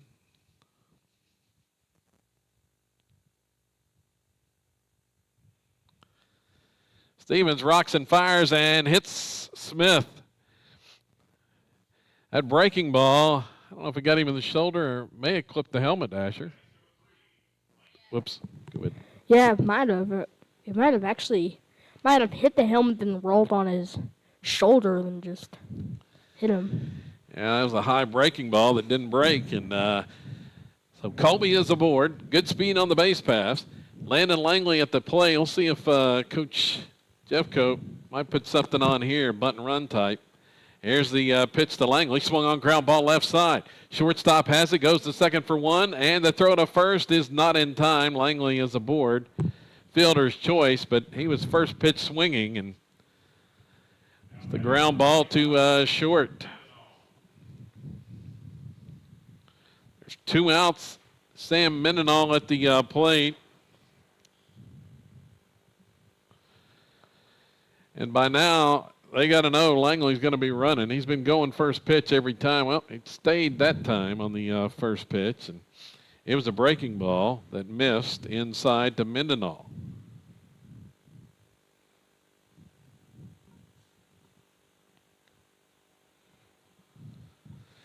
He is going here. The ball bounces away from the catcher.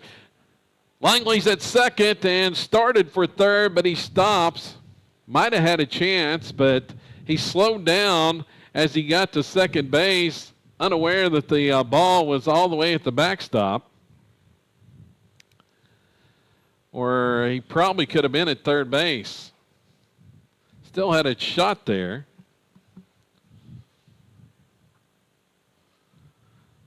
As the catcher was all the way back at the bag.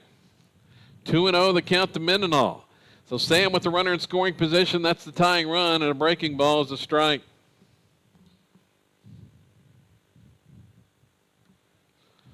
One hit today for Sam.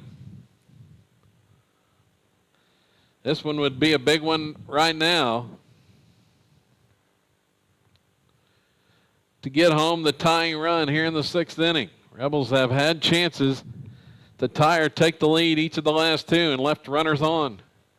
Here's the pitch from Stevens, and it's high and away. 3-1.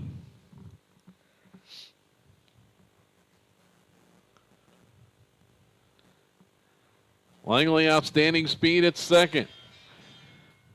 Only thing Mendenhall has to do is hit a double just to score a run. Well, that's all he's got to do. Yeah. Stevens checks the runner. The pitch home is another breaking ball that stays high, and it's ball 4. They didn't give Sam anything to hit. Here comes Salisbury to the plate. Now, they've already run for Mendenhall once. They run for him again, and going to have a somebody else come in defensively. So the tying and go-ahead runs back on for Silo. 2 outs here, and Salisbury at the plate, swings on the first pitch, skies it to right field.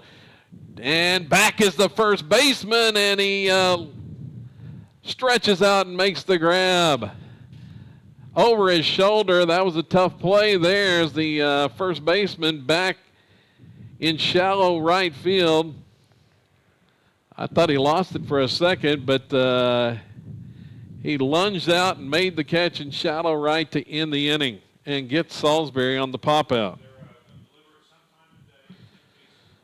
So the Rebels once again threaten but unable to get the tying run in there in the 6th inning. No runs, 2 left. On to the 7th and licking up 6-5.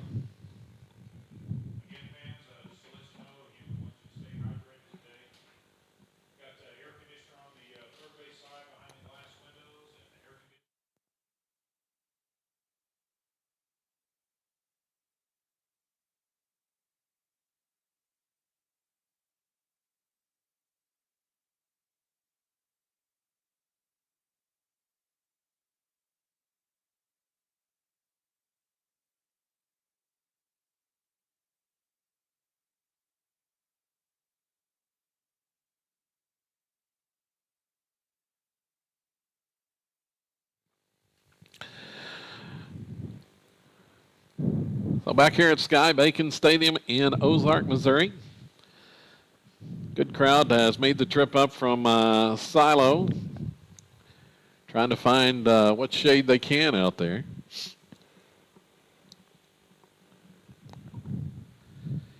This sun-drenched day.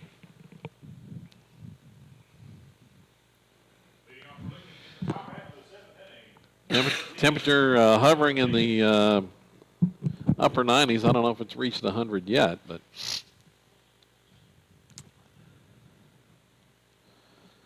fortunately we're in the press box, Asher, and there's some air conditioning. You got the fan over there on you too. Yeah. Salisbury's first pitch of the 7th misses for a ball.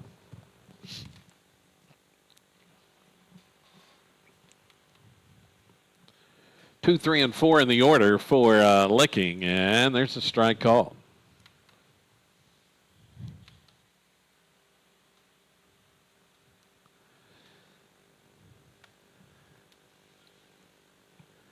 That one, another breaking ball that missed from Britt.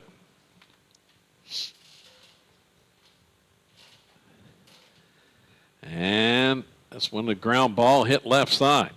Fielded there on a hop by Daxter, and the throw over as Mendenhall stretches and makes the catch. Just a little bit offline, but Sam was able to stay on the bag and make the grab.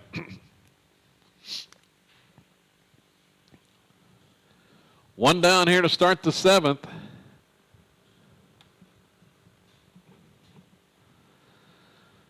Salisbury has been outstanding in relief as he gets strike one called. Has shut down the Wildcats' bats after they had 6 runs on 8 hits through 3 innings. Pitch missed for a ball. Here's the next one. Swung on, ground ball, and that one's up the middle, base hit. Daxter couldn't get there on that one. So Buckner has the hit on that one. Brings Anthel to the plate, and Licking now 10 hits overall in the game. Second hit that Salisbury has allowed. And this one's upstairs for a ball. Buckner now has 3 hits, 3 of those 10 for the Wildcats. The second team Missouri All-State selection. Here's the 1-0, swing and a miss. Tossed the first on the back pick attempt by House, but not in time.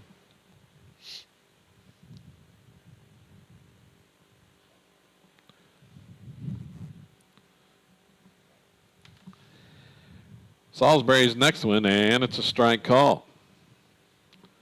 On the outside corner. Antle has 1 hit. Cook on deck has 2 hits for the Wildcats. 1 and 2 now the count, and that one just a bit outside.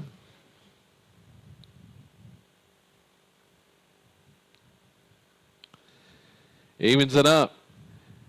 2-2 from Salisbury. Swung on. This one is stroked to left, base hit. Spalding fields and tosses it in, holds the runner at second base. So back-to-back singles on that line shot. And Licking is threatening now. The Wildcats have a couple on. And as I mentioned, Cook, he's had a good day at the plate.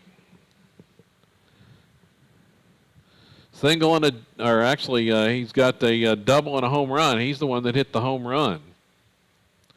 3 RBIs. Rebels want to be careful here. 1 out, 2 on. Don't want to get any further behind. As House went out and talked to Salisbury on what they want to do here. Pitch from Britton, and it's a breaking ball called strike. That was a good pitch. I mean, it curved a little bit up, down, like a curveball. Key spot here as Cook's going to pop this one towards center. Back a few steps as Weaver makes the grab, fields it, and the throw coming to the cutoff man. It was deep enough that the runners are able to tag and advance, but stayed in the ballpark as Cook gave it a ride, but caught in center field. There's 2 outs. Salisbury's got to get 1 more here to get the Rebels to the bottom of the 7th and a chance to tie or win it. Buckner tagged at first. Antle tagged at, Buckner tagged at second. Antle tagged at first. Second and third, and this one swung on and fouled off the left side. Throwing the left-hand hitting Cale Cook here away, and he fouls that one off. Now here comes Eddie Jeffcoat headed to the mound.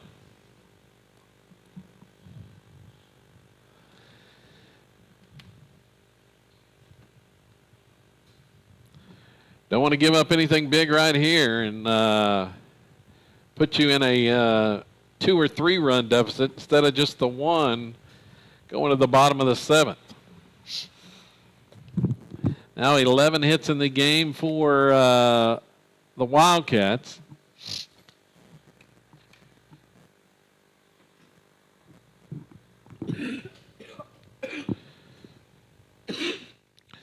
See Cale Cook on the contest. He is 0 for 2, and he did have an RBI, sacrifice fly. So the meeting with Coach Jeffcoat and the Rebel entire infield is over. 0-1 the count.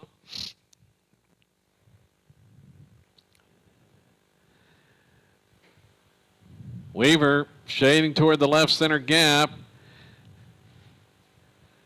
which should be good if they're going to keep throwing him away. The ball gets away from the catcher, House, and the run's going to score from third. Bounced and unable to make the grab, keep it in front, and that's going to allow Buckner to score. It's now 7-5. So that pitch got away. Here's the next one from Salisbury. Swing and miss. That fastball away. But that may end up being a key run. Put the Rebels down 2, and that one's outside.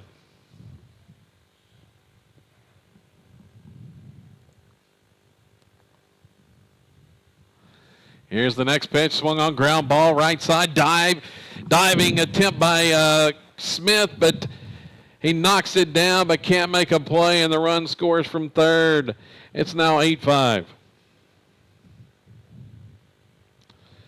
Couldn't get that one far enough outside, and Cook was able to pull it through the hole and for a base hit. 8-5. Garrett Gorman, the next batter. We got a runner over there at first base. Silo going to trail by at least 3 heading into its final at bat. Rebels have clawed their way back within 1, but didn't give up a 2 spot here in the 7th, and that pitch misses outside.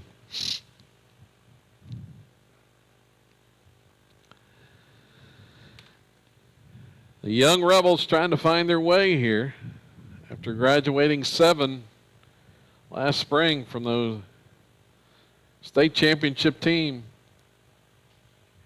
And that one's high. 2-0.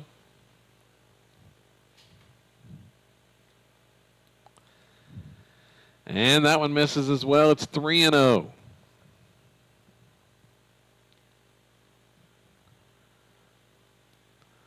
Garrett Gorman at the plate. Logan Gorman on deck. And that one 4 straight out of the zone by Salisbury.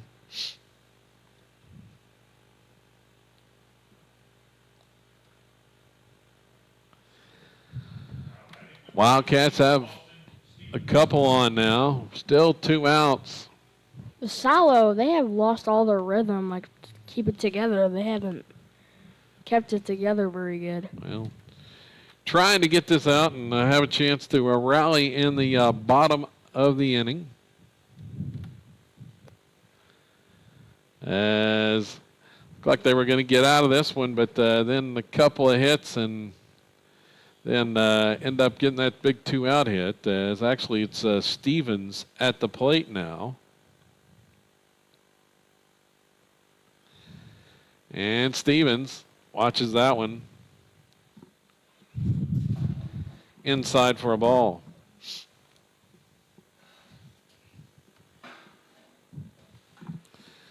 Salisbury trying to refine the strike zone here.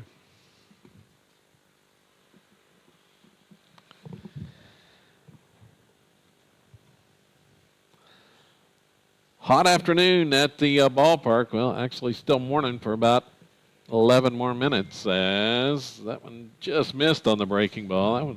That looked pretty good that time, but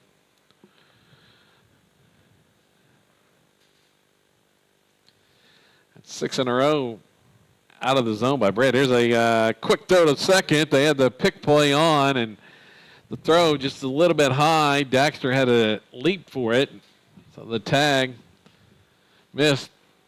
They had it there in time to get the runner.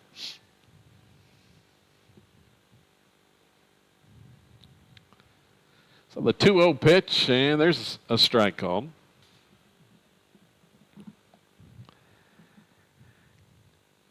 Got back in there that time.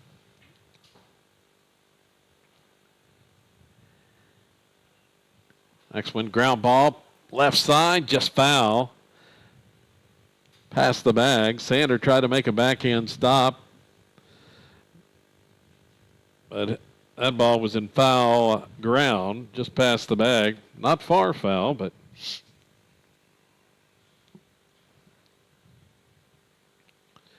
that one was pretty well hit by Stevens.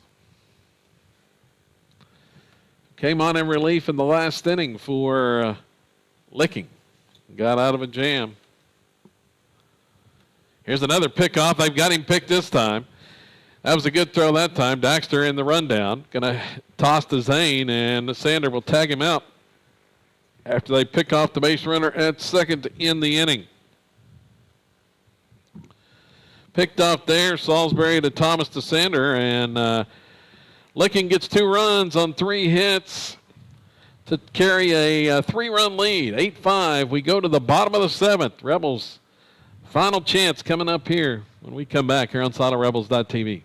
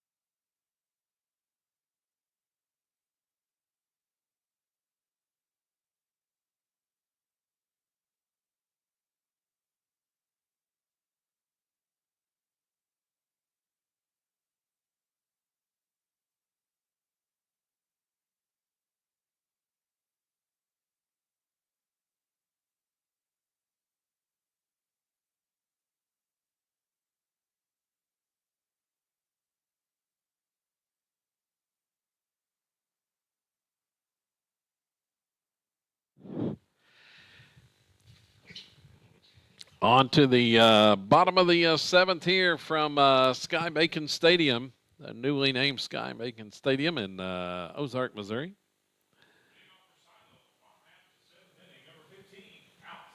Formerly just the U.S. Ballpark, as this first game of this festival. And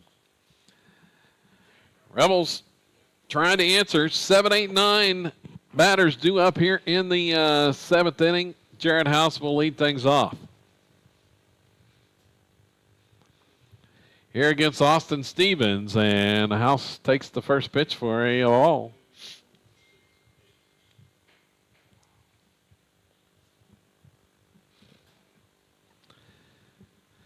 Licking 8 runs on 12 hits and 1 error. Silo 5 runs, 7 hits and 1 error.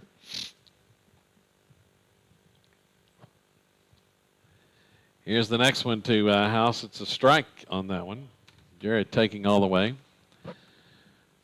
Wildcats 5-run lead early on. 5-0 lead. Silo's been playing catch up ever since. Here's the next one, swung on. This one is skied high to center field. Over a couple of steps is the center fielder Cook and makes the catch for the first out of the inning. 2 outs remaining for the Rebels. Going to have a pinch hitter. It's Braden Hill. Hill going to pinch hit.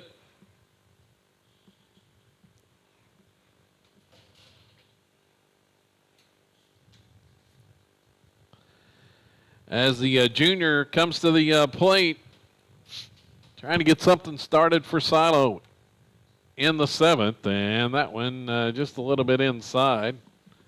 Like he tried to stick his elbow out and get hit by that one, but unsuccessful, but it's a ball.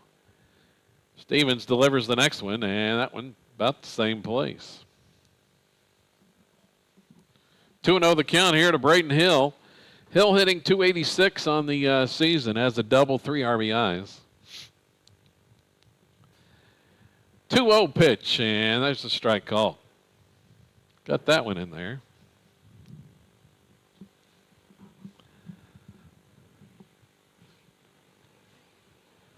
Silo down to its final 2 outs in this one.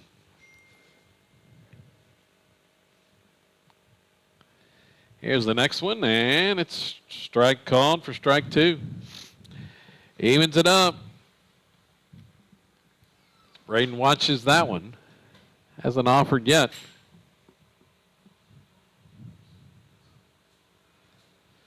Stevens delivers there and swing and a miss. Ball was in the dirt, and he's, well, I said the catcher snagged it. So before it hit the ground. Hill goes down swinging. And the last hope is Casey Spaulding here in this one.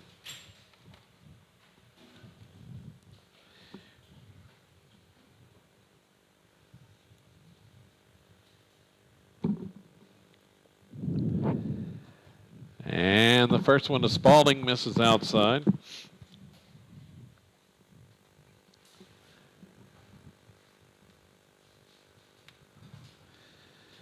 Stevens delivers there, and it's a strike call.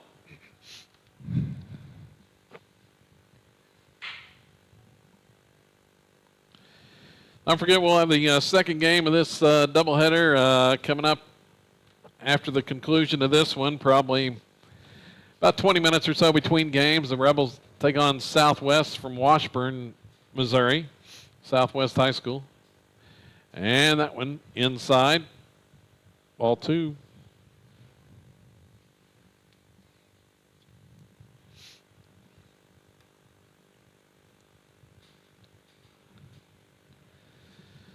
Stevens has his sign and delivers home, and that one will be fouled off the right side and out of play by Spaulding. Rebels down to their final strike.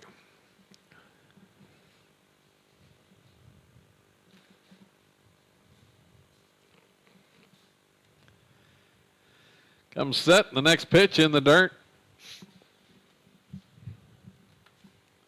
Count has gone full to Spaulding. Rebels are going to need several base runners to have a shot here.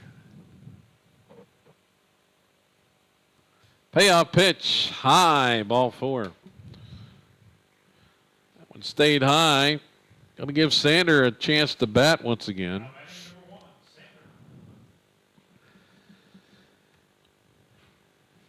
Zane 2 for 3 officially in the contest. He's reached 3 of the 4 times he's been out. It's his 5th time to the plate.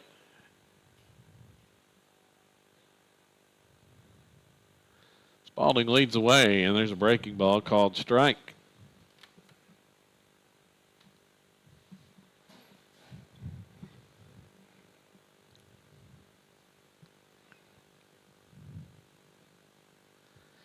Here comes the next one from Stevens, and there's strike 2, another breaking pitch. I think he could have actually hit that one. We're looking for a fastball there, but Stevens came with back with the breaker. Now 0-2, got to protect here, and this one swung on, lined into right field, base hit. Sander has his 3rd hit of the game, keeps the Rebels alive on that one.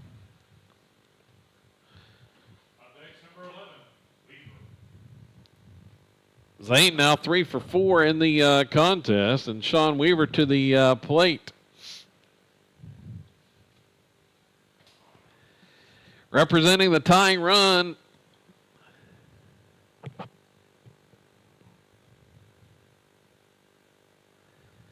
here's Stevens' pitch. It bounces in for a ball. This has been the story of the last couple innings. The Rebels have had their opportunities. They have had tying and go-ahead runs on base extensively in the 5th and 6th, but have been unable to come up with the key hit to tie or take the lead.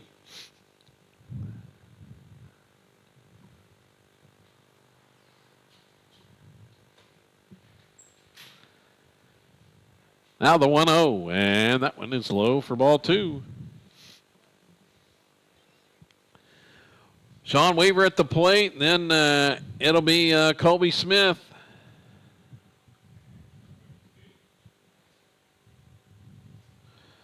Weaver looking for his first hit today as that one missed outside.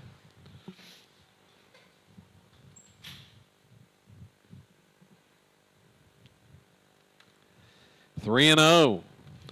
Take will be on right here. He'll probably hold on this one. Yeah, more than likely he's going to be taking, and he will. Ball 4 upstairs, and well, Stevens has run into some problems now with 2 outs. Rebels have loaded the bases, and here comes the licking coach headed to the mound. Silo's got the tying runs on once again, and Colby Smith in a big spot coming to the plate. There is some furious activity going on in the licking bullpen as they have raced down there trying to get somebody loose.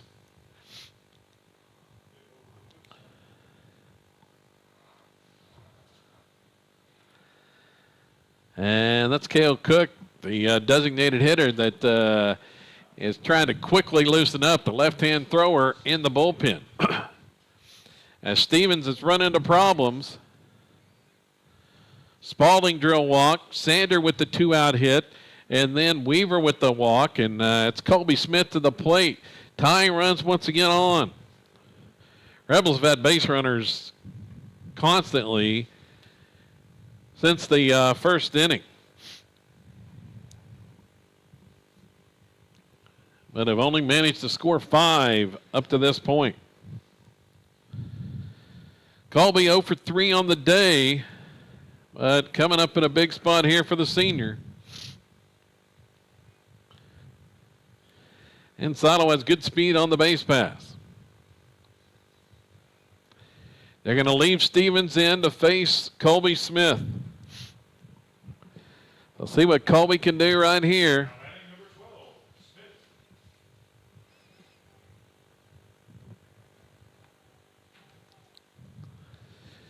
Got to be careful not to get picked off to end the game out there on the base pass. That's the only thing. Is that one's high. Stevens misses once again. He's been up with just about everything.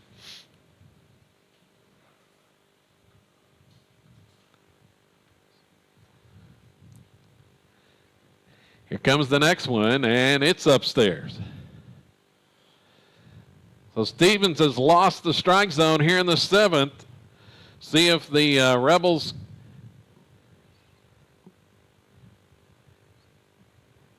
can cash in. Here's the pitch now. That one's even higher. It's ball 3. Well, you would think they're going to have to go to Cook if Colby walks here. 3-0. He's going to have to hold. It's going to be take on here on 3-0. Stevens pitch way upstairs. It's ball 4. He missed 4 straight times high, and the Rebels have plated a run. RBI on the walk, and they've got the tying runs now in scoring position, and the winning run at first base with Landon Langley coming to the plate. Well, after all these walks, you would expect Langley to be taken right here. We'll see as the pitch from Stevens, it misses low this time. Made an adjustment there. This guy doesn't want to walk because that's going to be not very good if he keeps on walking everybody. Well, I don't know if he can much control it. He's trying to throw a strike and can't, as that one misses even outside. 2-0 the count, and here comes, I think the Licking coach. Nope, he's shifting his defenders. Langley's got good speed. If he hits one in the outfield, there's a throw to first, and nearly picked off. They almost had the pickoff. They had the pickoff play on, and the toss tried to sneak the first baseman in behind Colby Smith. That would have been disastrous. I said, can't afford to get picked off here, and that was close at first. Colby was back just in time. 2-0 the count. The pitch from Stevens. There's a breaking ball, and it's a strike called. Took something off that time.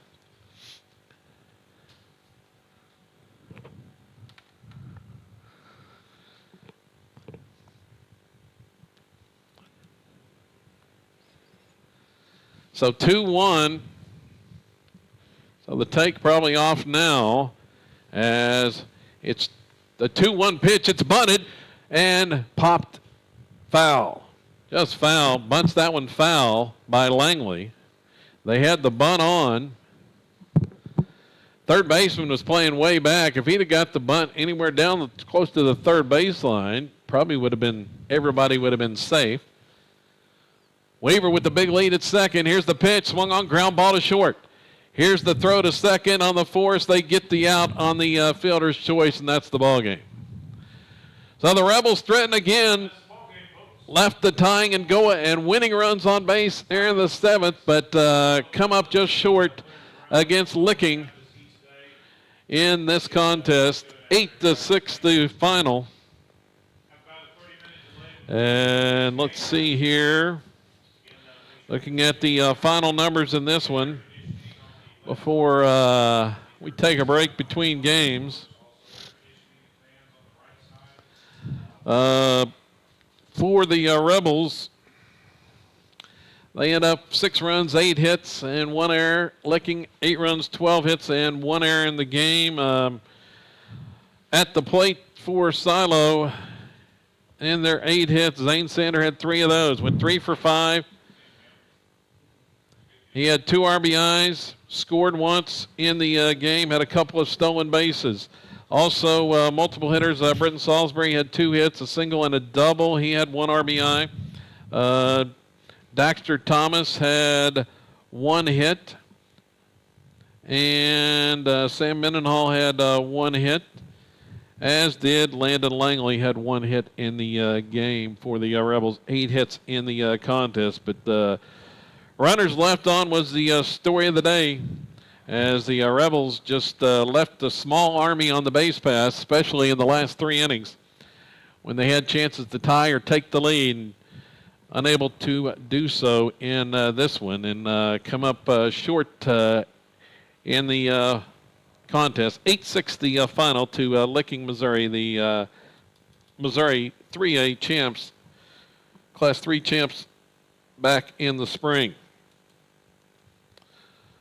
On the mound for the Rebels, Landon Langley gets charged with the loss. Went the first 3 innings, 6 runs, 8 hits. He struck out 2, and then Britton Salisbury finished up with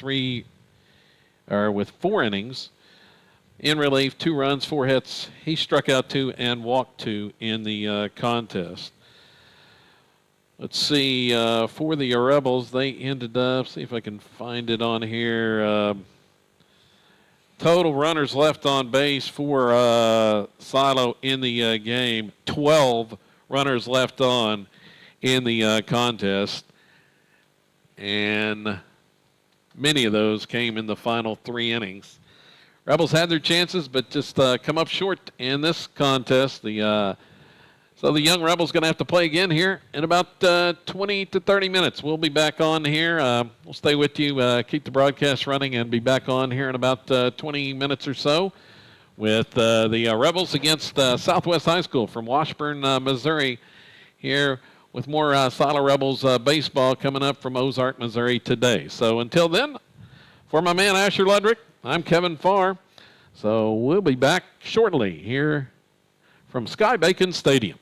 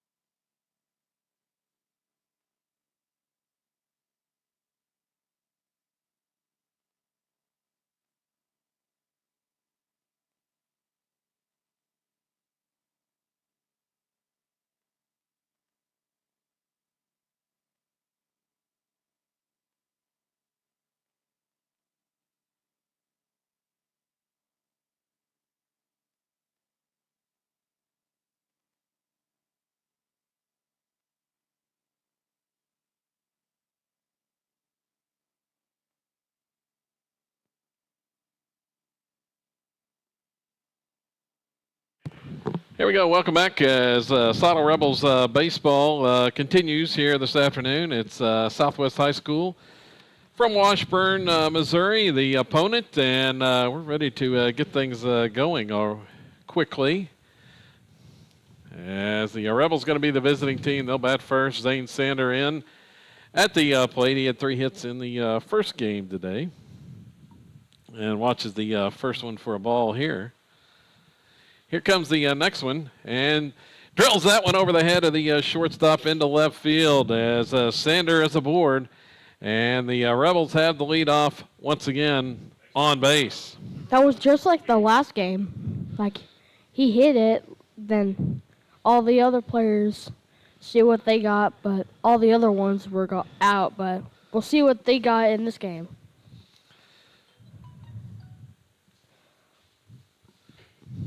So, leadoff single by Sander here.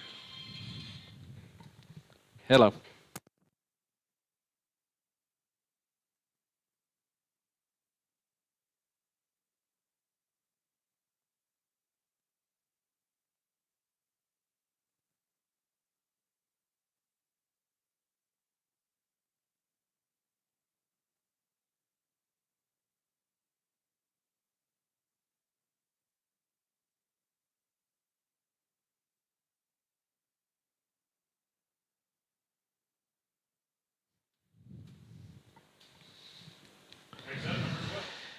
So the ground ball on the 1-0 pitch there after the Sander leadoff single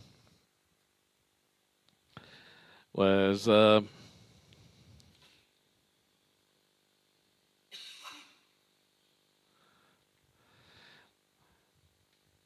fielder's choice as that pitch outside for a ball and a stolen base.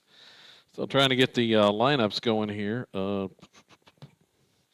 Paulson is the pitcher.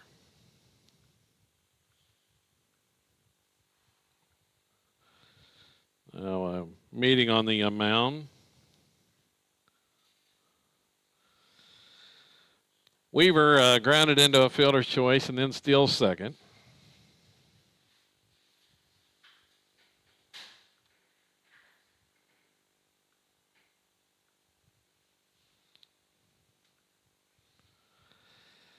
Next pitch here to Colby Smith is a ball.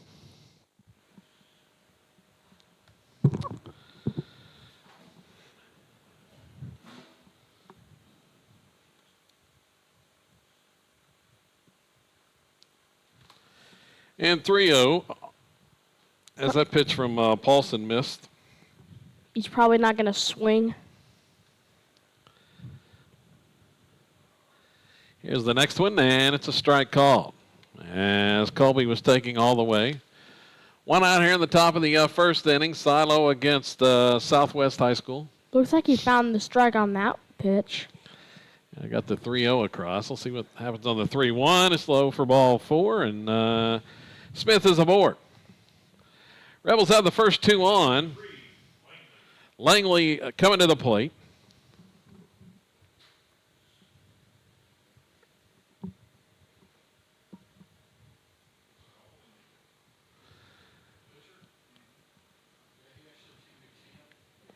Salisbury on deck here. Let's see, a couple changes in the Rebels lineup we'll tell you about here shortly as that pitch from Paulson's high for a ball.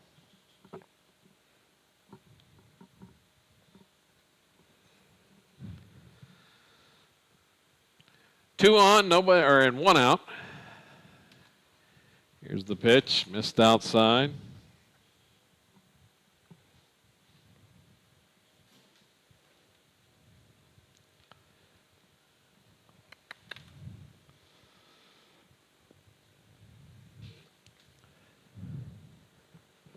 And that one's low as well. He's probably going to have to hold. Yeah, 3-0 probably taken here. Softball action in the Murray State Festival today. Lady Rebels come from behind to win 9-5 over Powerhouse North Rock Creek High School. And ball 4 on the 3-0 miss.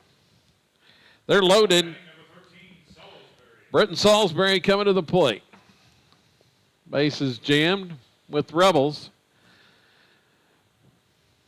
Trying to get on the scoreboard here. One out in the first inning. Rebels left 12 aboard in the first game. Here's a chopper to second. Goes to the bag, and that throw gets away. It's an error by Southwest on the play. Allows 2 runs to score, and Silo's on the board.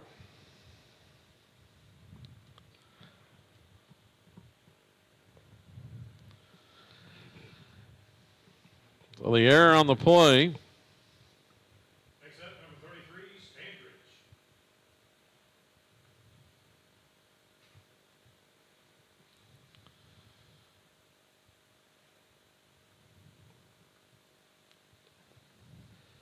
Two runs are in. Cord Standridge is the next batter. Cord getting the start at catcher in this contest. And on the season, as he watches the first pitch for his strike, Standridge hitting .600. He's 3 for 5 on the season. Limited action. Here's a chopper foul off the left side. 0-2 on the count here to Cord.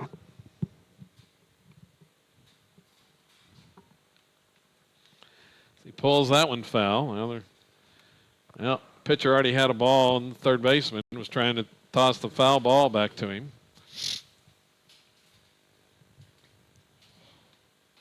Get things squared away there.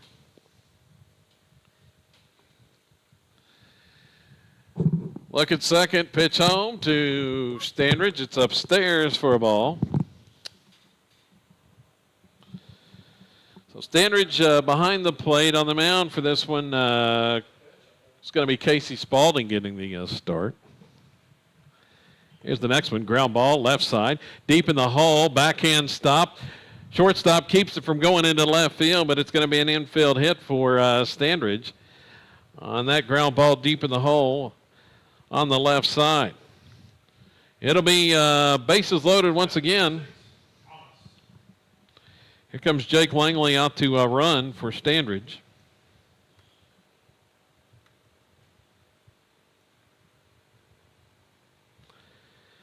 And Daxter Thomas to the plate. The sophomore shortstop loaded again. There's a ground ball left side to the shortstop. He bobbles it for a second to throw over in time, gets the out. But a run scores on the ground out. It's now 3-0 Rebels.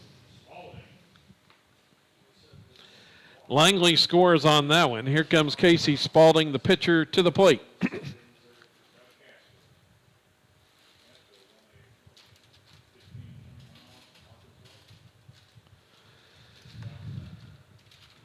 Paulson eyes the sign, 2 in scoring position. Rebels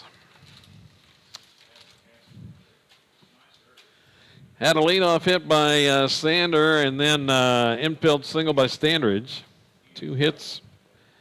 They've scored 3 thus far, as there's a strike called to Spaulding. Kevin Farr along with my man Asher Ledrick. Second game of this doubleheader. Sky Bacon Stadium. And there's one.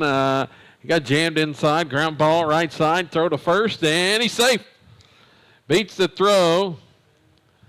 He got fisted on that one, but Spaulding is going to reach base. Hustled down the line and got to go as a hit there, as that one, second baseman was late getting over there. And Up next, number 20, Hill.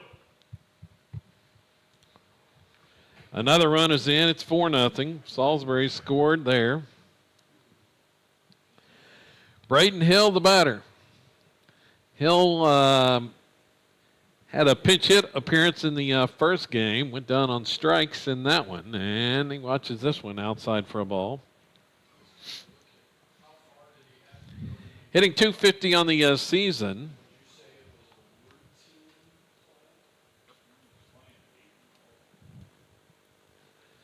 Here's the 1-0. Runner goes, and the pitch is called a strike. The throw is late. Safe at second is Spalding. The throw gets away. Run comes in to score on the play. Spalding headed to third base.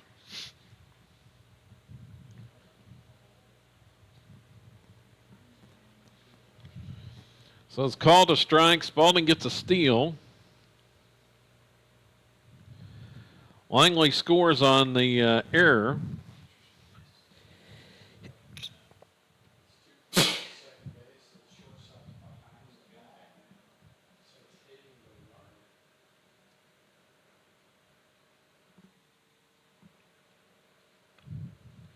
Strike called there to Hill. Ninth hitter of this first inning for the Rebels. It's 5-0, Silo. The pitch from Paulson. Misses high and tight.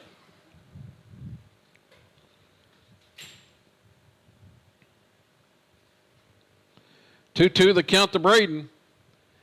Here comes the Paulson pitch. And it's a breaking ball. Just missed. Stayed high.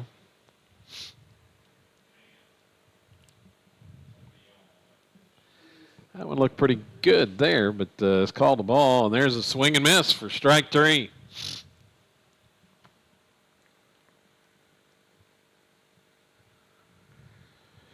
Ends the inning, 5 runs, 3 hits, 2 errors, and man left for the Rebels in the first. 5-zip Silo over Southwest.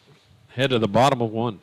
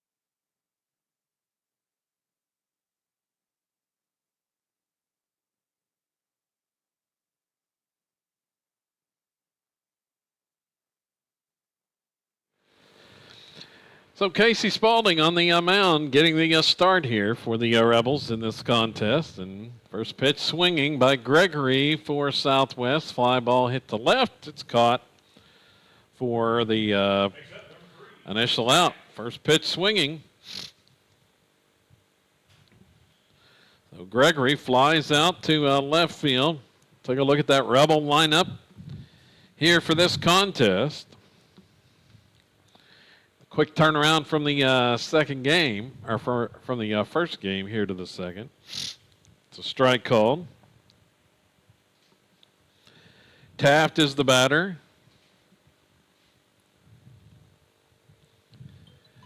And the breaking ball is a strike.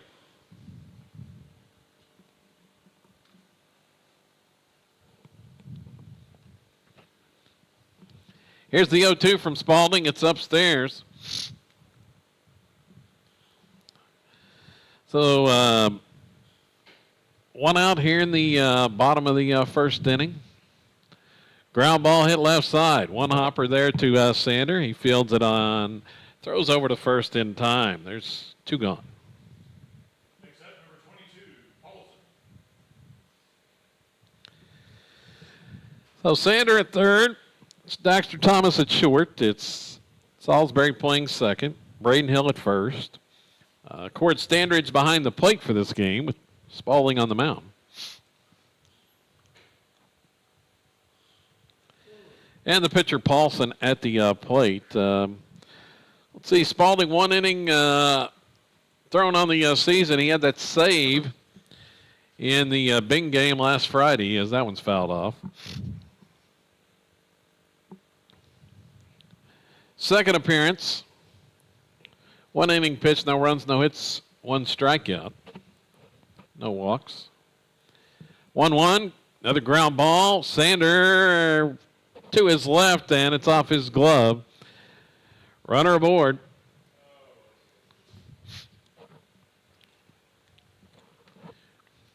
Started to his left, couldn't make the play there.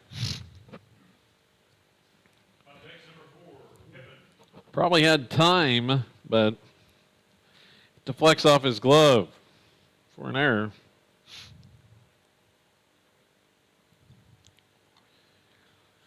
Next batter up. And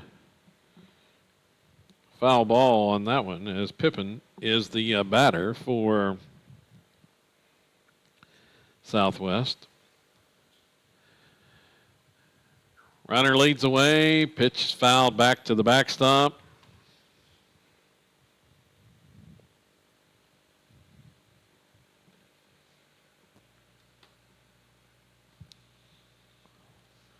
Oh, 2. Runner goes. The pitch misses low. The throw is wide, and on to second base is Paulson with the steal.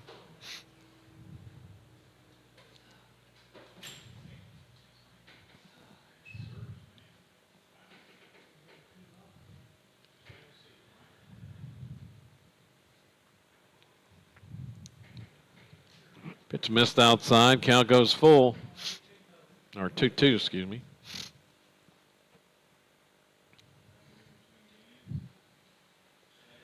Now it's full. Spalding missed high.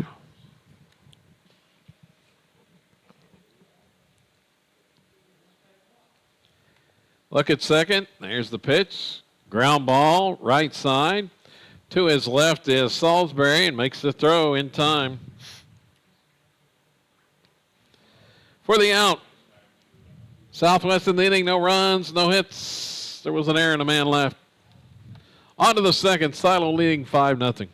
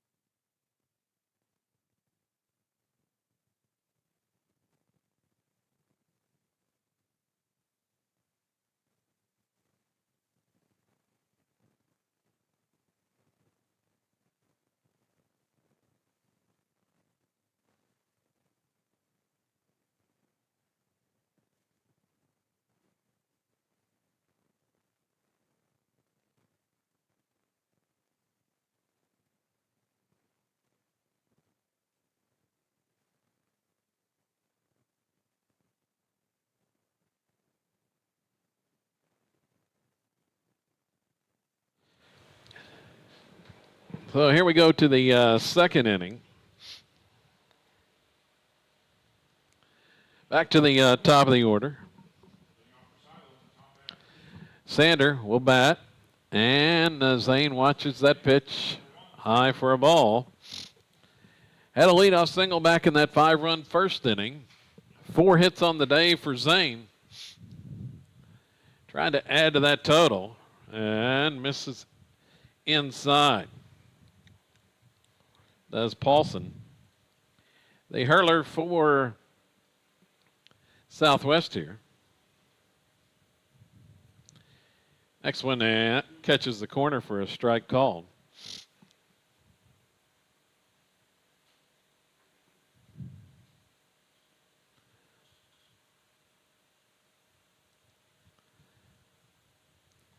Comes the next one, and it misses low. 3-1 to Zane.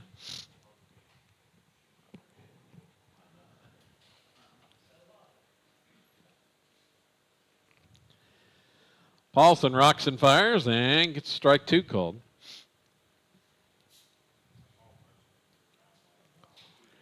Count is full.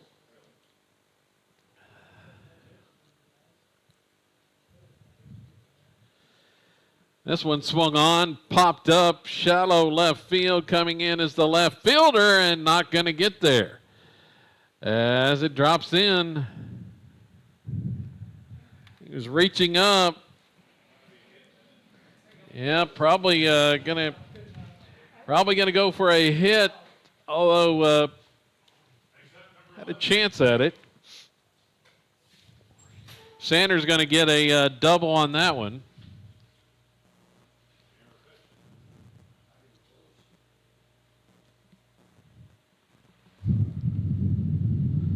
As it drops in, left fielder, he never got there, and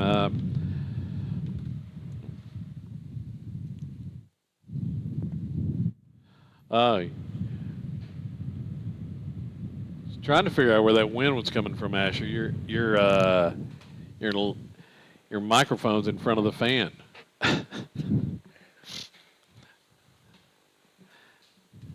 Asher trying to stay cool. Although we got air conditioning up here, Asher. Now, out in the elements, it's 100 degrees in the sun out there. Probably higher than that now. Is that one? Probably like to the 105s. We were fouled off that last pitch. Here's the next one to Sean, and it's a strike call. 0-2.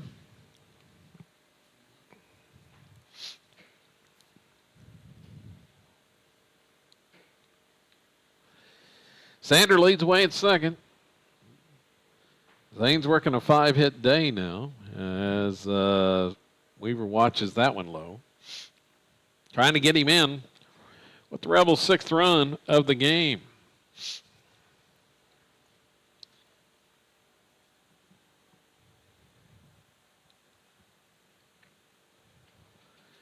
And there's a swing and miss.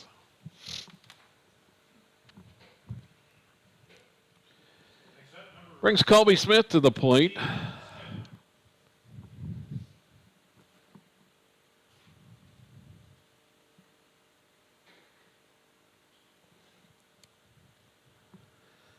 And Colby swings on the first one.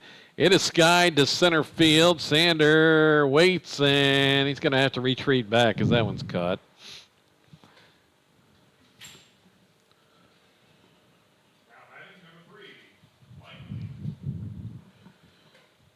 So 2 quick outs. Taft makes the catch on that one. That brings Landon Langley to the plate now.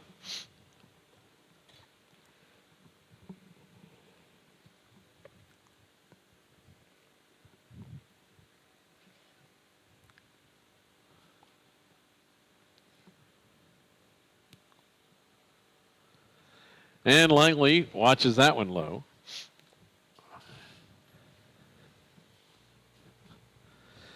A little better start in this game, Asher. 5 runs out of the chute for the Rebels.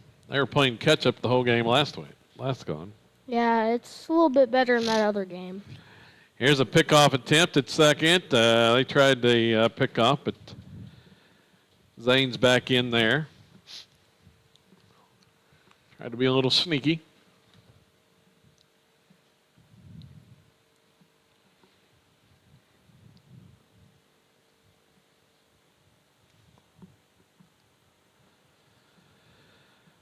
Paulson's pitch, breaking ball, and just missed a little bit high.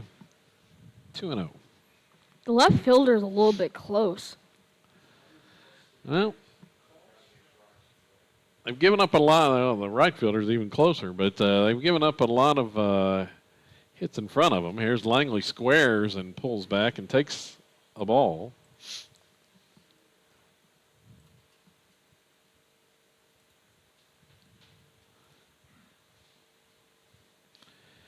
It's 3-0. We'll see if the take's on now.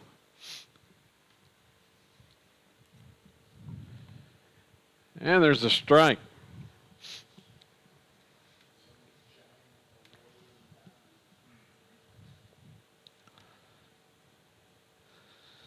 As I mentioned, Lady Rebels rallied to win their game in the Murray State Festival. Just completed against Powerhouse North Rock Creek 9-5. As pitch bunted at and missed by Langley. Counts full. And this one is popped foul off the right side.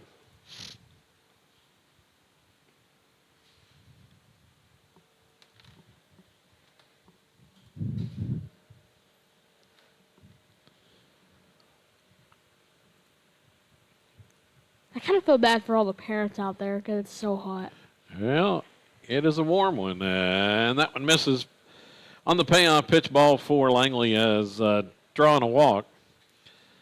Let's see, that's third time Langley has reached on the day. He had one hit in the first game. Brings Britton Salisbury to the plate. Britton had a couple of hits in game one, including a double and RBI.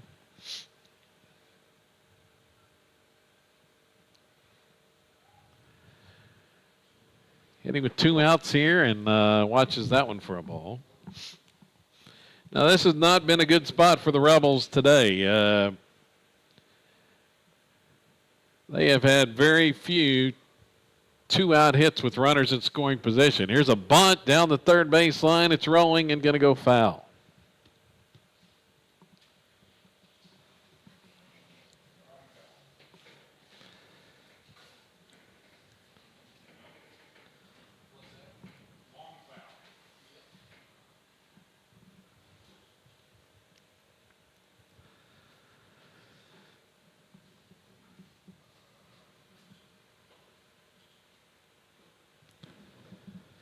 So we'll try it again. 1-1 the count. Salisbury. Langley was trying to bunt with 2 outs moments ago. See what Salisbury does now, and he watches one low.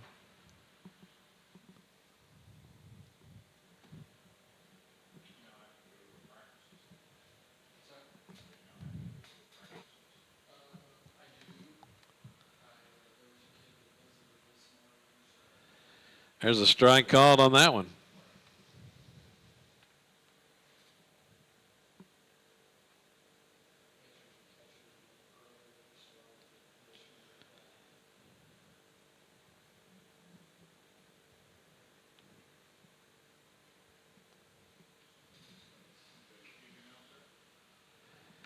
Long foul on that pitch.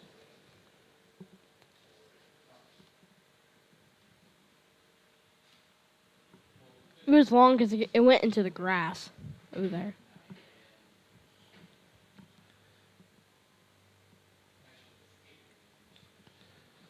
So 2-2 with 2 outs. And high and tight. Ball 3. Count goes full. Runners should be moving.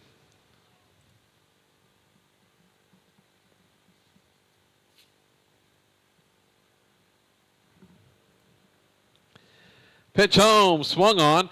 This one lofted into shallow right field. Coming in is the right fielder making the catch. Yep, couldn't get that one to drop. Salisbury flies out to right, and the Rebels leave a couple again.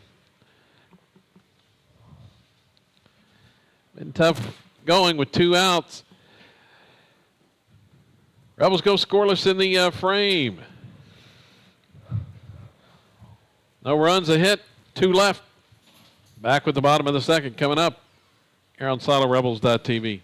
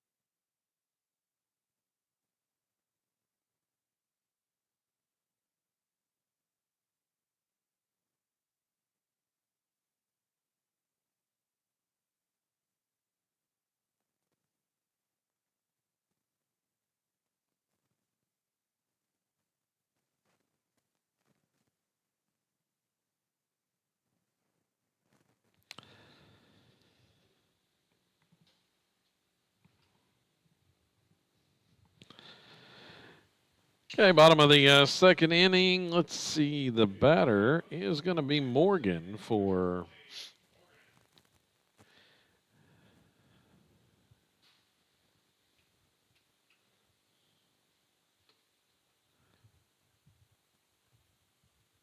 Southwest right here.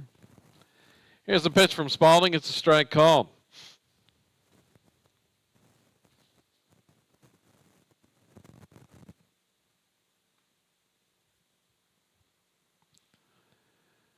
That one misses for a ball.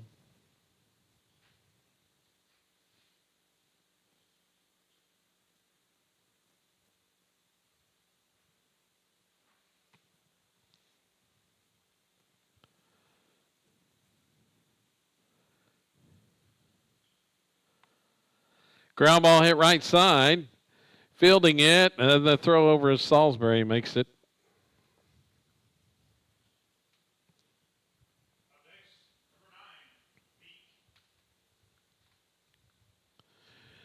There's one out on that ground out. Salisbury to Hill. Meeks the batter.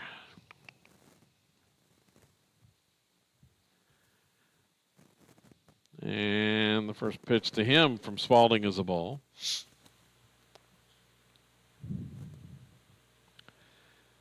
There's one upstairs, ball 2.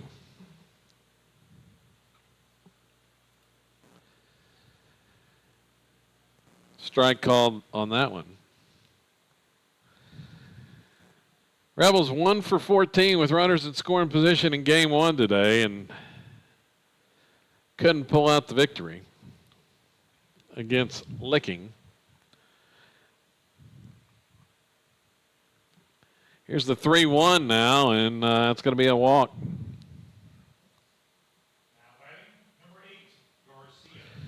Meek draws the walk. Garcia is the next batter for Southwest.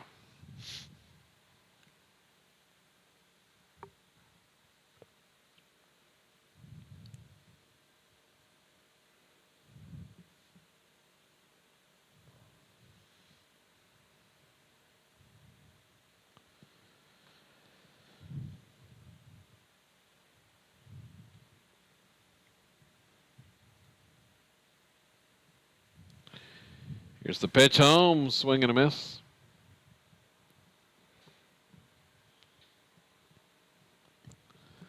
Little looper on that one by Spalding, and he fouls that one back.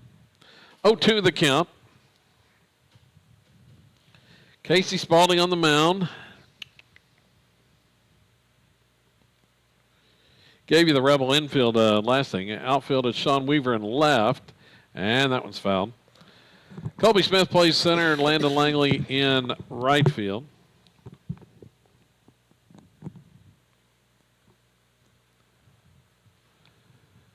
Garcia spoiled the 0-2 pitch from Spalding. We'll try it again.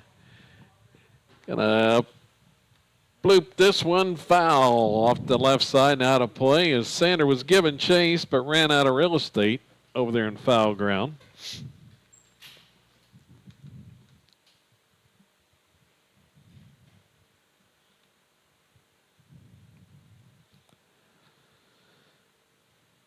Still 0-2. Yeah, well, we got time called. And Spalding's headed toward the dugout.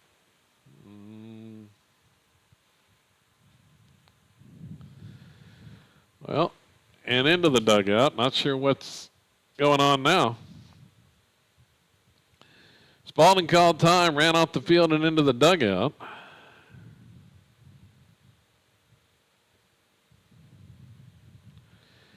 Now here he comes. Oh, did he switch gloves, Asher? Maybe. We might have put some of that stuff on his hand or anything to make the ball go straighter. I don't know if that's legal. Like that pitch is in the dirt, gets away to the backstop.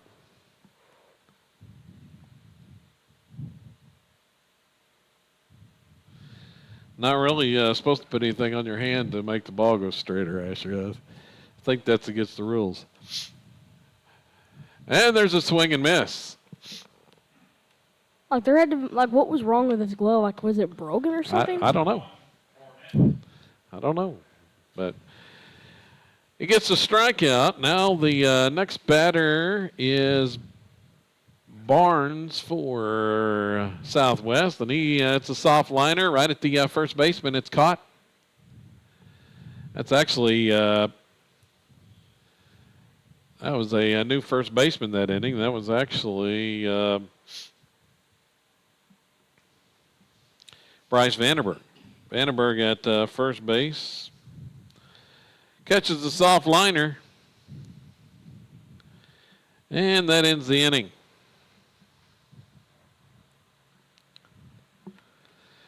5-0 Rebels heading to the third here from Sky Bacon Stadium in Ozark, Missouri.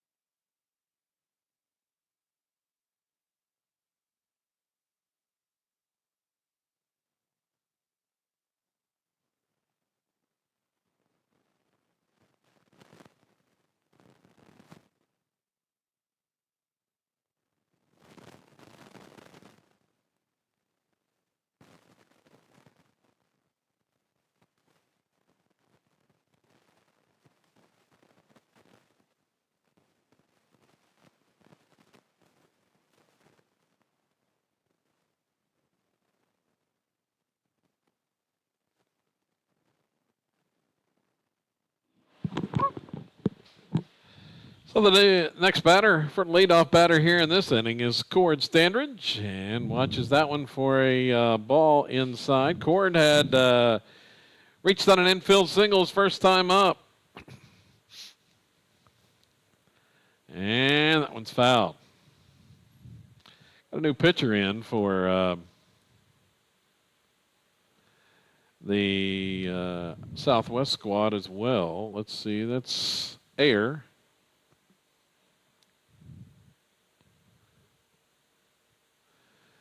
And there's a check swing. They say he did not go around. Paulson is now playing at first base.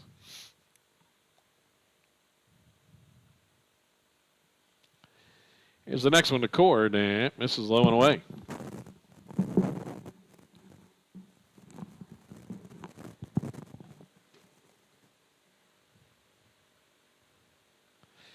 Three-one delivery, and there's a swing and miss. Like he was a little bit out in front of that off-speed pitch. Count goes full here now to Cord Standridge, leading off in the third, and draws the walk. Ball four. Standridge is aboard. We'll see if we get a courtesy runner, and we will. It's going to be Jake Langley. So the freshman in to run at first base. Daxter Thomas to the plate.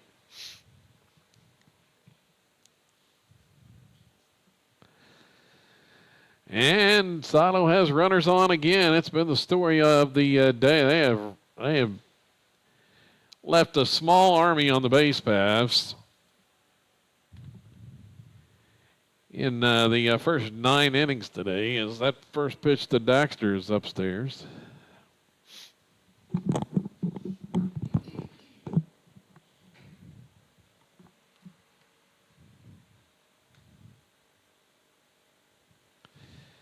And the next one is a strike called.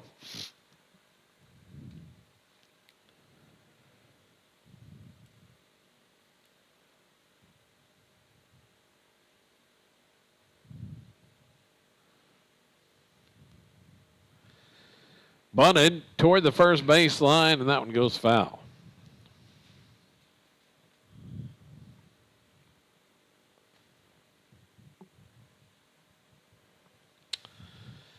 Air was, now let's see, now they're going to move in. Third baseman coming in on the edge of the grass. 1-2 the count, try to pick off at first. Diving back in is Langley.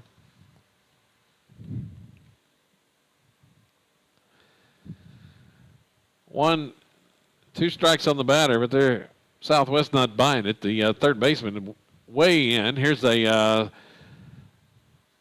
soft little pop up to second and caught, and Langley has to retreat quickly, get back to the bag. Daxter pops out to second base.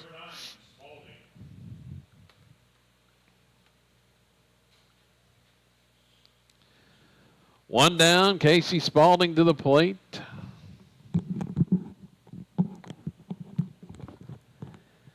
And the pitch is outside.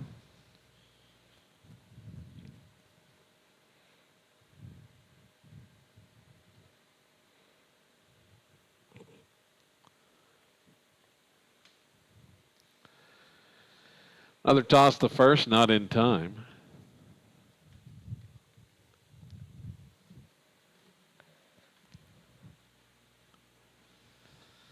Actually in the third inning here. Pitch on the outside corner for a strike called. Throw to second is in time, and Langley is thrown out. Trying to steal.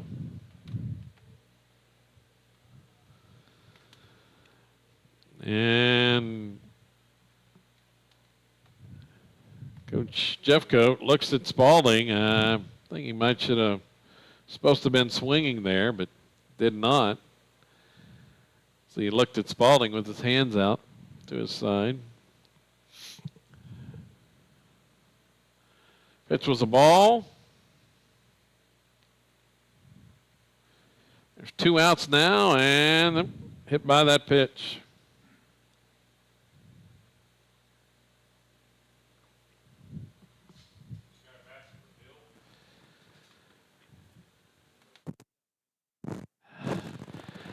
So hit by the pitch, Spalding is aboard, and Bryce Vandenberg will hit. Vandenberg came on defensively in the last inning at first base, and he's at the plate. Here's a ground ball hit toward the middle, going to get through for a base hit. Into center field, heading to third base is Spalding, and he's going to beat the throw. Rebels aggressive on the base pass there. Vandenberg will make it to second. That one squeezed through the infield, just past the pitcher, and then the diving second baseman, and squirted into center field for the hit. So Vandenberg has his first hit of the season on that one. Rebels have second and third once again, and this time Zane Sander at the plate. He's got one of their 3 hits with runners in scoring position on the day.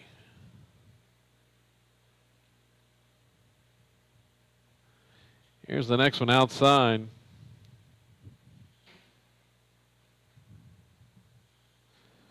1-1 the count.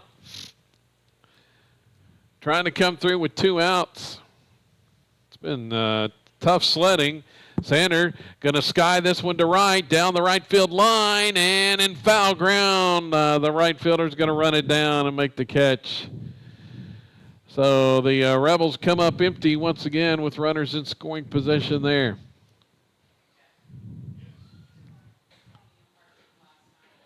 In the inning for Silo. No runs, a hit, 2 left. On to the bottom of the 3. The Rebels 5 and Southwest nothing.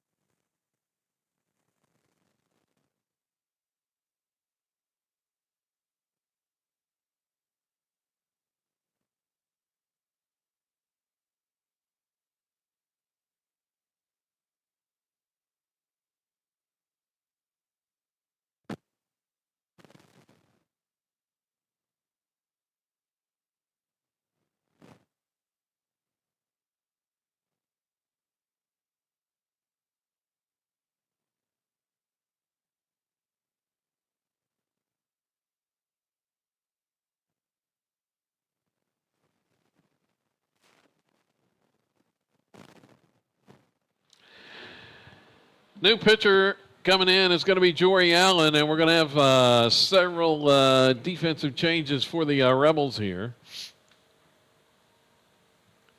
As Allen is on to pitch. This will be Jory's second appearance of the season. Let's see. The new third baseman is going to be Salisbury. Zane Sander has moved behind the plate. He's going to catch.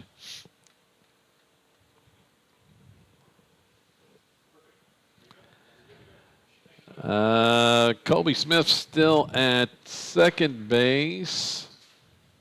Or no, he's moved to second base. In center field is Weaver. And the first pitch from Jory's high for a ball. 9-hole hitter here at the plate and watches the first one. And here's the second one, a called strike. 1-1. As the next pitch from Jory is a breaking ball called strike 2. 1 appearance for Jory, allowed 1 run unearned on 2 hits, struck out 1, walked none. Here's the next one, and a swing and miss. As Allen gets the strikeout. The junior right-hander. Back to the top of the order.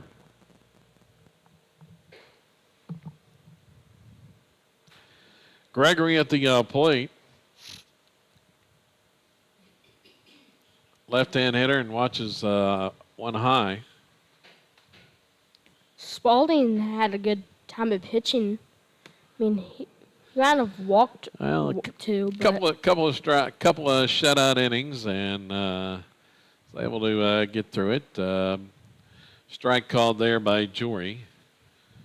Jeffco trying to see some guys on the mound. He's got a lot of guys trying to fit in here that have not had a whole lot of experience in their careers. There's a chopper. Allen leaps, gets a glove on it, and will make the throw to first base.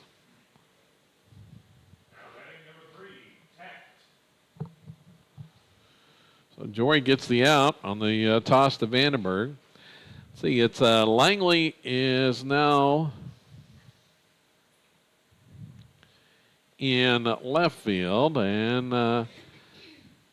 next batter is Taft, and watches one for a ball. I think Standridge has moved to right. Now here's a pop foul into foul ground.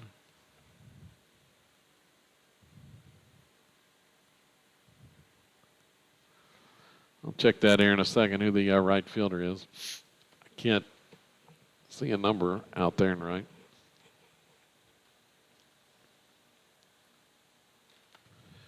One pitch to Taft, and that one's fouled.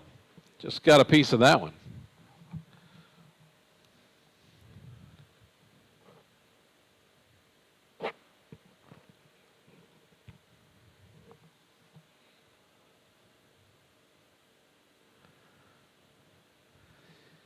Comes the next pitch from Allen. Swing and a miss. He got him. 2 strikeouts for Jory here in the inning. And the Southwest goes down scoreless in the frame. I think that actually, let's see, that in right field, that inning was Jackson Beza. Beza in the right field. Get that down in the lineup. And Rebels coming to bat in the 4th when we come back, leading 5-0.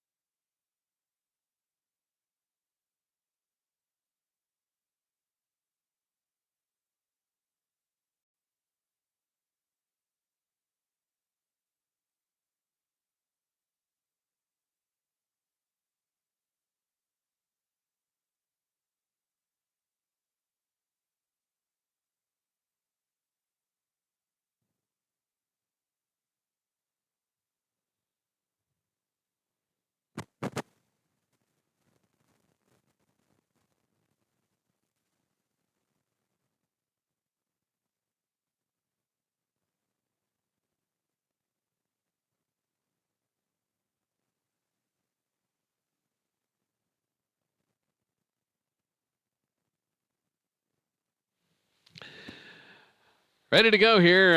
Start the 4th inning. We're going to have a pinch hitter. And at the plate is Darren Johnson for the Rebels. Watch the first pitch for a ball. Here comes the next one from Ayer, and that one misses as well. 2-0.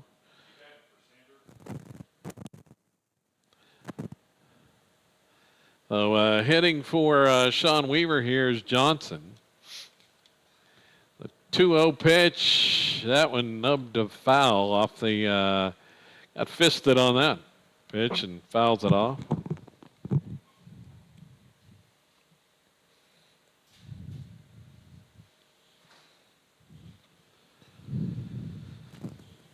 Two on the count.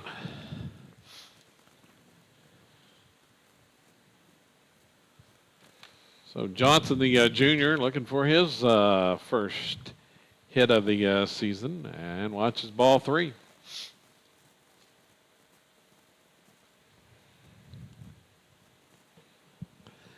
Top of the 4th inning here. And this one swung on and popped straight back into the grandstand. Foul.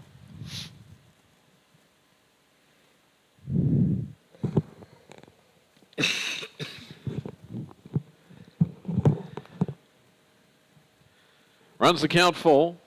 Payoff pitch here and misses outside for ball 4. Johnson is aboard on a walk. Colby Smith comes to the plate. Next up, number 12, C. Smith.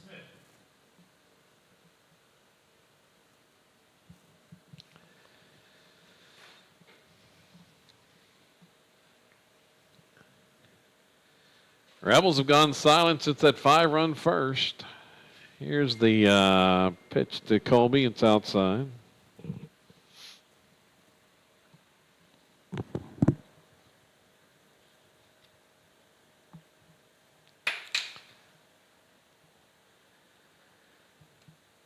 Tossed over to first, not in time. Johnson is back in safely. It's just been tough sledding with runners in scoring position all day for Silo. That one misses low. Another toss to first, not in time, as Johnson dives back in.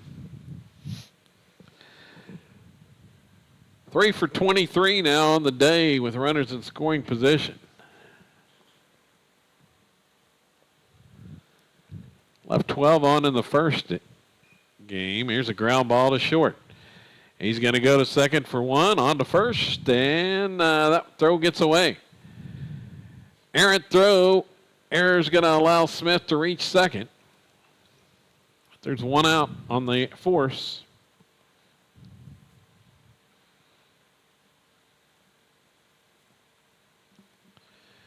Johnson is out on the play. Smith moves over on the error. And runner in scoring position once again. We'll see if the Rebels can improve on those numbers. Once again, they've had guys on virtually every inning. Gonna have a pitching change for Southwest. We'll tell you about the new Southwest pitcher coming up when we come back on SolidRebels.tv.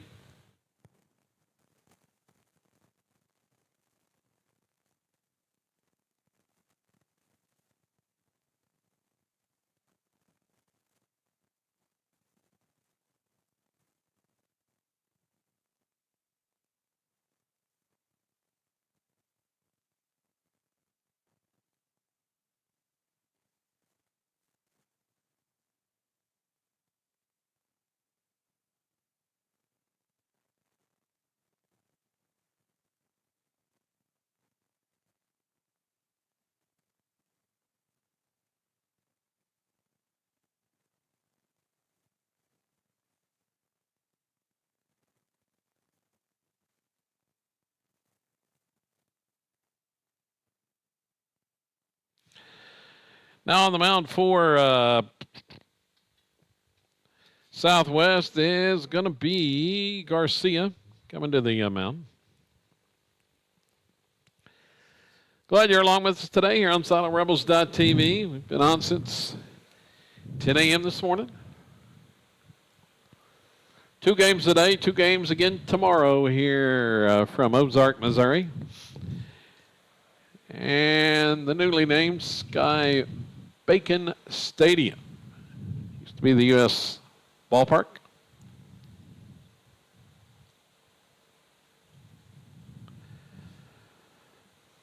Rebels dropped the decision in the first contest today. In case you missed it, that went to the defending Class 3 state champions of Missouri, Licking 8-6.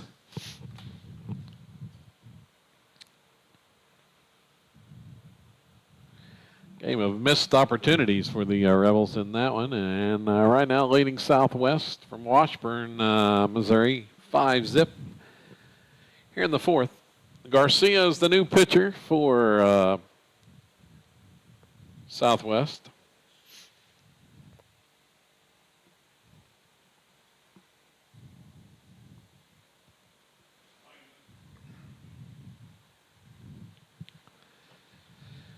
Landon Langley will hit.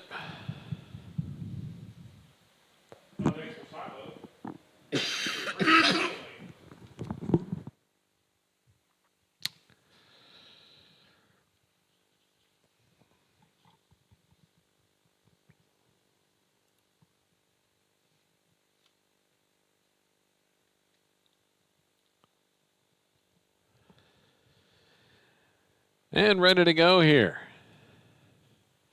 Smith leads away at second, pitch home, and it's in the dirt, bounces away, and that's going to allow the base runner to advance.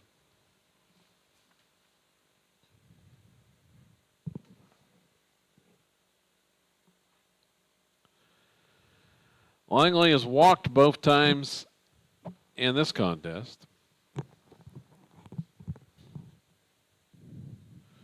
Smith 90 feet away there at third, and that one's outside.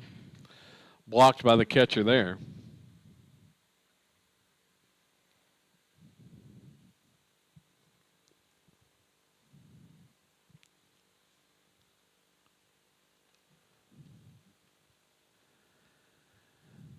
Pitch home was a strike called to Langley. He was taking all the weight.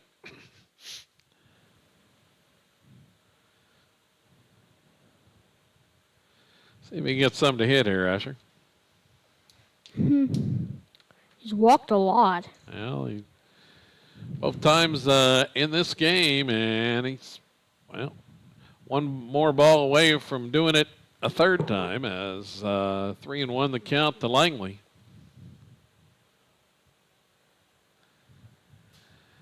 Garcia's next pitch, that's fouled. Fouled at the plate. I think Landon Langley is a walk machine. Well, he always walks. He's gotten several now. At least today. Let's see. Getting on base. The key thing is on base percentage pretty high. I think probably just second on the team to Zane Sander. Count is full. Now ready to go. The payoff pitch, and it's high, and he does draw the walk. Langley headed to first base. Probably going to steal second.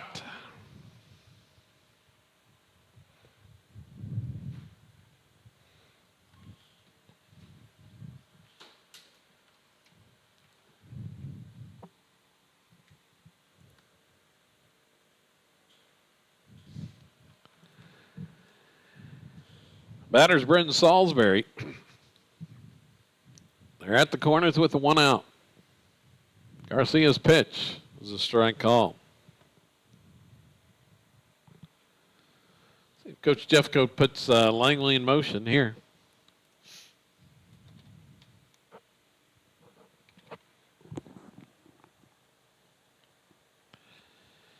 Now time is called.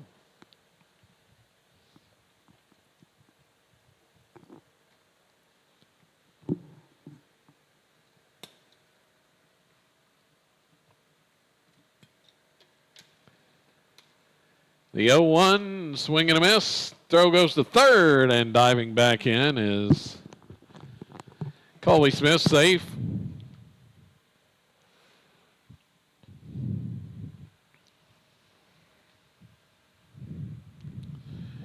Langley gets to second on it. Now 0-2.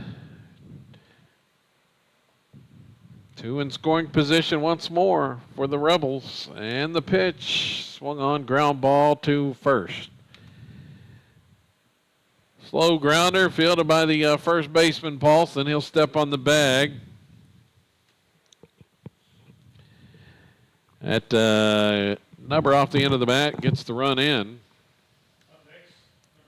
With just one out. This game, it's kind of looking good. It's looking pretty good for Salo this game. But the other one, I mean, it wasn't the worst game, but, I mean, they scored a little bit, but this one has been a little bit more looking for Salo. Yeah, they've gotten ahead in this one. Jackson Beza at the plate, and he watched the first pitch. Beza came in and was in right field in that last inning. Here's the next one to Jackson. Going to foul that one off the right side.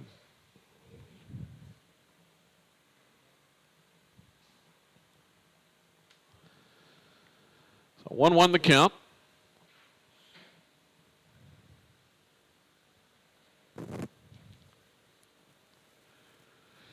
Two-out RBI has been tough to come by. Let's see if the Rebels can get one here.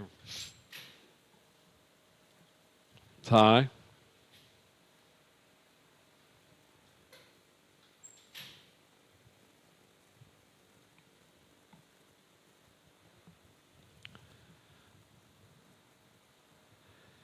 And the 2-1 delivery to Beza is in the dirt.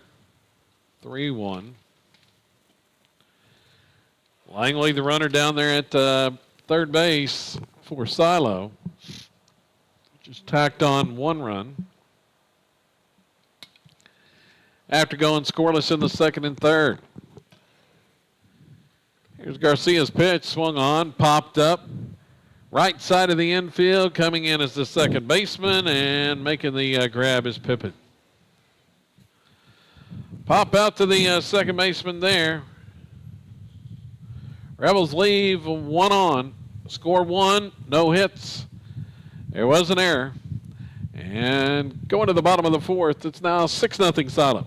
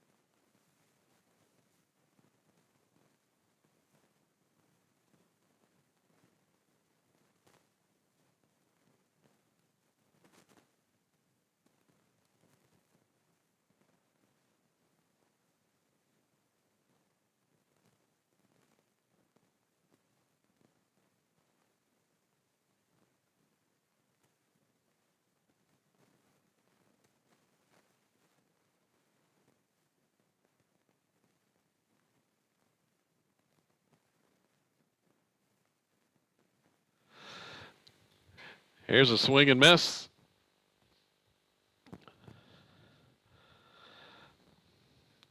Jory Allen back out there. And the strike is called. 0-2 to the batter. It's Paulson, and he's fouled that one off.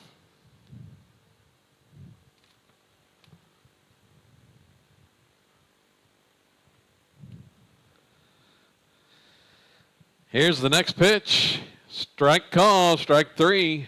He hasn't thrown a single ball on that one. Yeah. Yeah, he's actually having a good game, like, so far. He struck out a couple. And somehow, in some, he might have threw some out of the strike zone, like that one. But he's actually not throwing bad at all. Well, it's a ball there, but the junior, his second inning of work. Here's a ground ball hit right side, slowly hit over. Salisbury makes the grab and the throw just in time. Got the out. That was a nice play. Salisbury, that's Colby Smith. He had a long way to go and was able to make the play.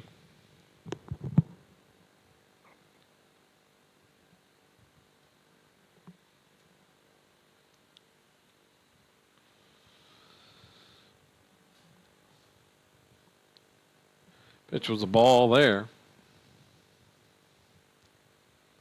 And he gets a strike call.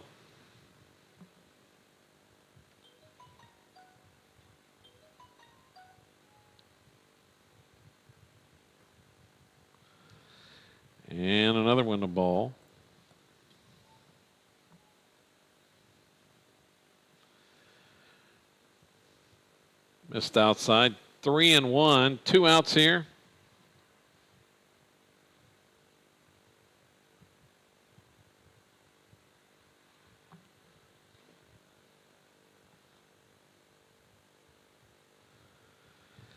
And that one misses low for ball 4.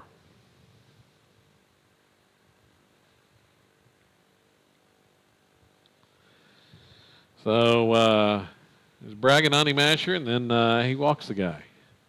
Yeah. Yeah, he did.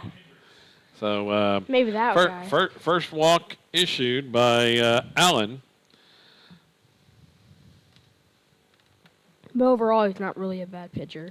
He's done pretty well thus far since he came on in relief. And there's a swing and miss.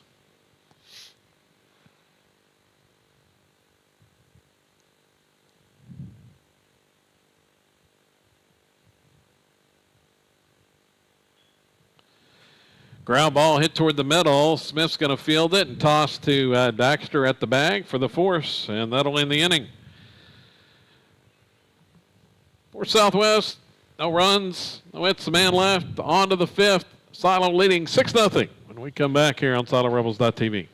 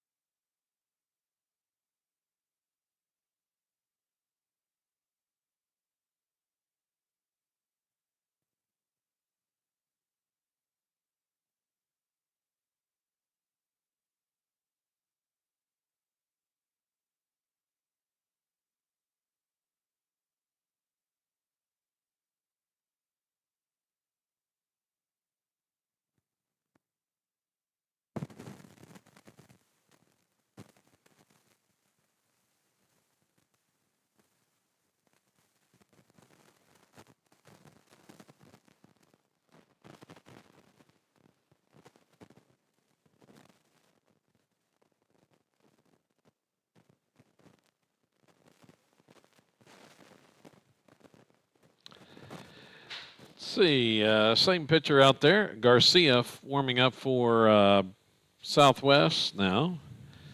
We are in the 5th.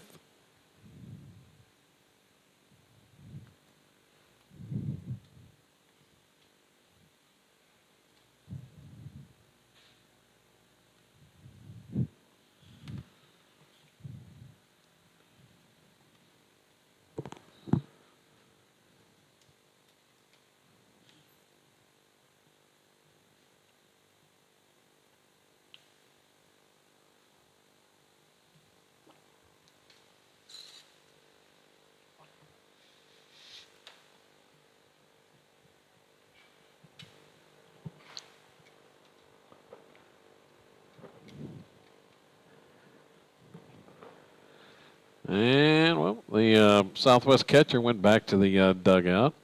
Well, not sure what's going on here.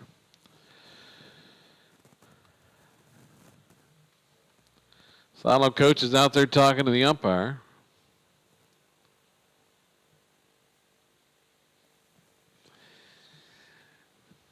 It is a scorcher here in Ozark, Missouri.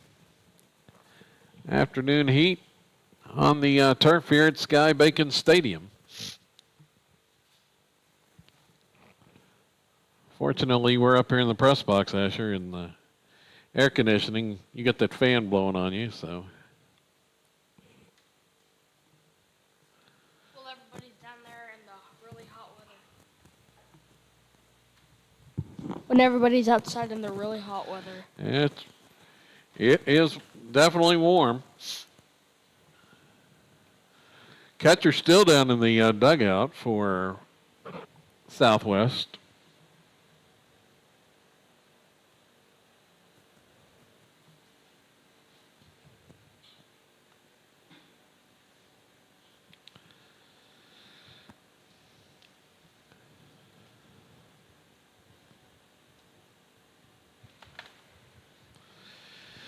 Now here he comes.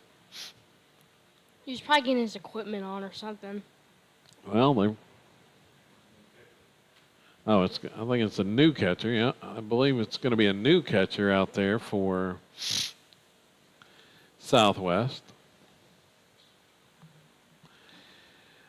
They switch catchers.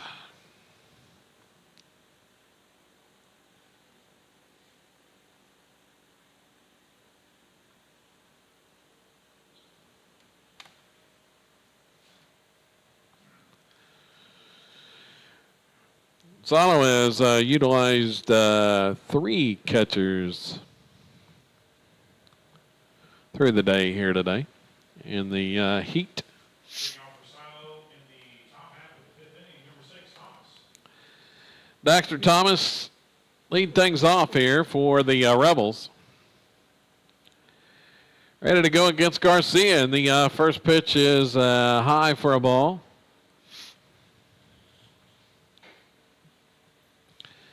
Six runs on 5 hits and an error for the Rebels in this one thus far.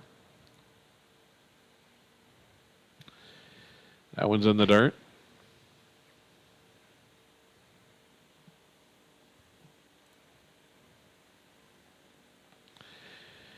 Daxter had a hit in the first game, an infield hit.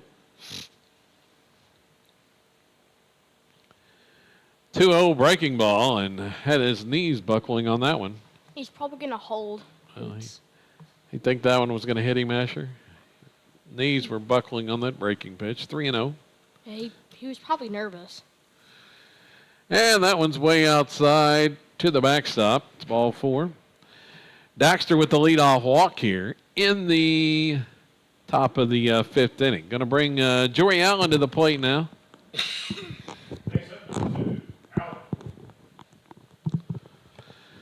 So I think I believe this is Jory's first at-bat today. Came on a relief 2 innings ago. There's a line drive into left field. Runner was on the move. Shortstop was headed to the bag to cover, and Jory Allen finds a hole, lines that one into left field, and ends up at second base. Every time we have new batters so far this game, they always have to have a hit. Like, Vandenberg had a hit at his first at bat. So Bryce is at the plate now. Second and third, nobody out. Watches that one high.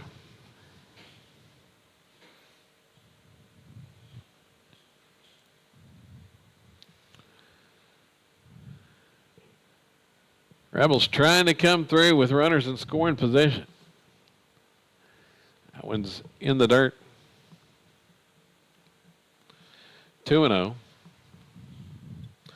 Top of the order awaits on deck with Zane Sander, who has 5 hits today.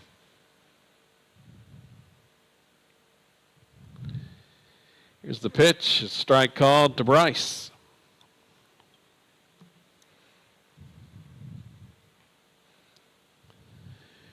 And his first hit of the season last time up, as you mentioned, Asher. 2-1 here. Next one to Vandenberg. It's upstairs, ball 3.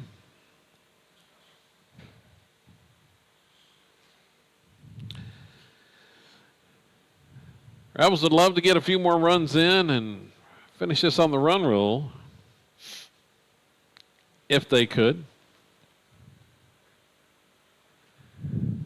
The 3-1 delivery, swung on, ground ball to short.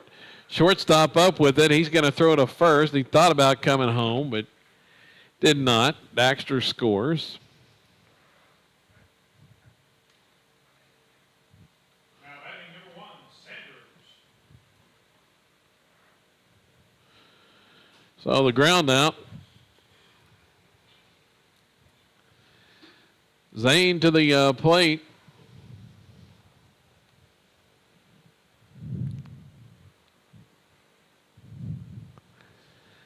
And he watches that one a little bit high. He's got one of the 3 hits with runners in scoring position today. That came way back in the first game. A two out, 2 RBI single. Here's a pop fly, shallow center field, going to drop in for a hit.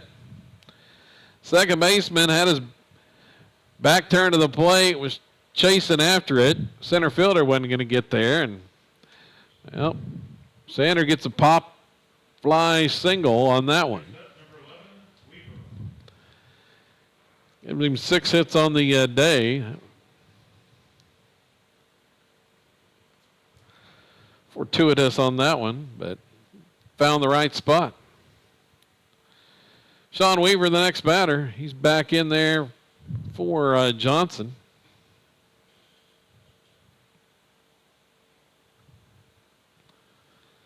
Sander leads away at first. Here's Weaver, ground ball to third, fielded there, goes to second for one, and that's all they're going to get.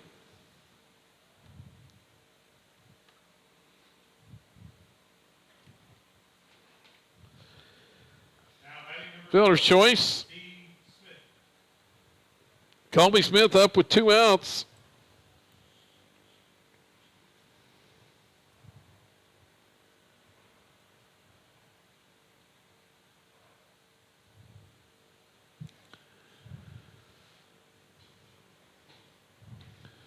Weaver leads away at first base. Here's the pitch. That one swung on, and I guess he missed it completely. It bounced away from the catcher. Weaver advances to second. Thought it might have been foul, but the umpire said no. He just big swing and miss on that one.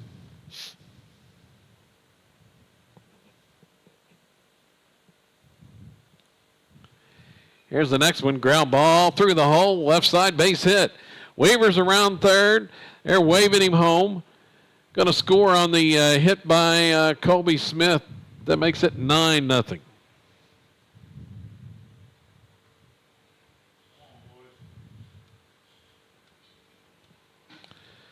So 3 have crossed here in this inning.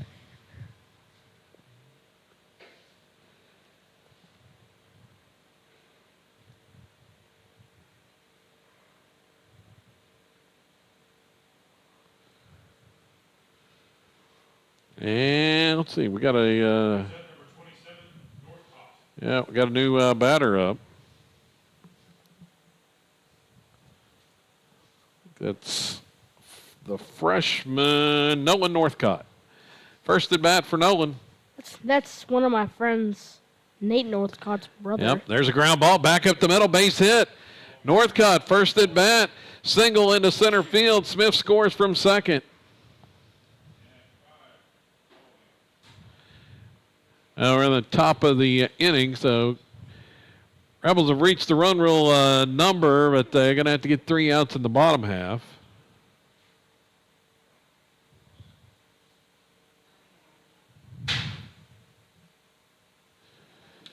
So Nolan Northcott with the RBI single. Ground ball up the middle. As Smith scored. 10-zip. Rebel with the lead. Silo on top of Southwest here. And Salisbury's at the plate. Took the first pitch high for a ball.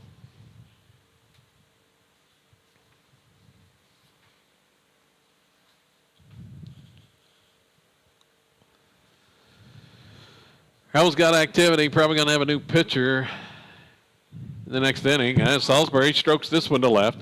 Maybe over the head of the left fielder and will be. It's bouncing to the wall. Around third is Northcott. He will score. Salisbury is trucking it to third base, and he'll slide in safely with the triple. That was one of the better hit balls of the day, Asher. Yeah, it just rolled to the wall. Like, that was he got smoked. And he smacked it over the head of the left fielder. Salisbury ends up with an RBI triple. looks like the Rebels found something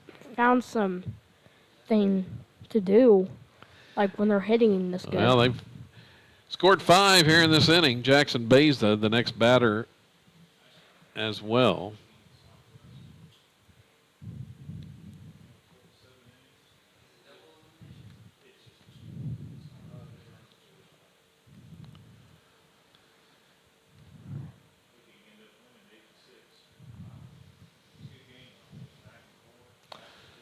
Strike called there.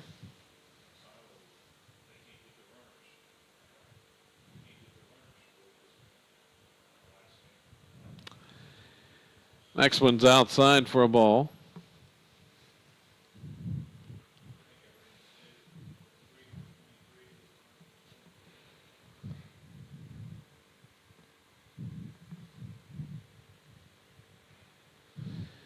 Two-one pitch coming to Beza, and it's swing and a miss.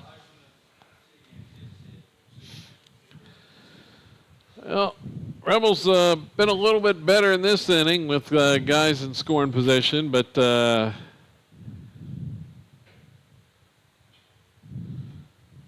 still not a good percentage on the day, as there's a ground ball fouled off the left side.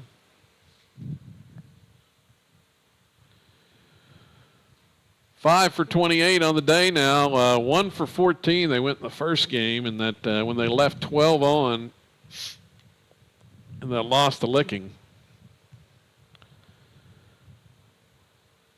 And 4 for 14 in this contest, trying to improve on that. Here's a ground ball toward the middle, fielded by the shortstop, and they get him at first.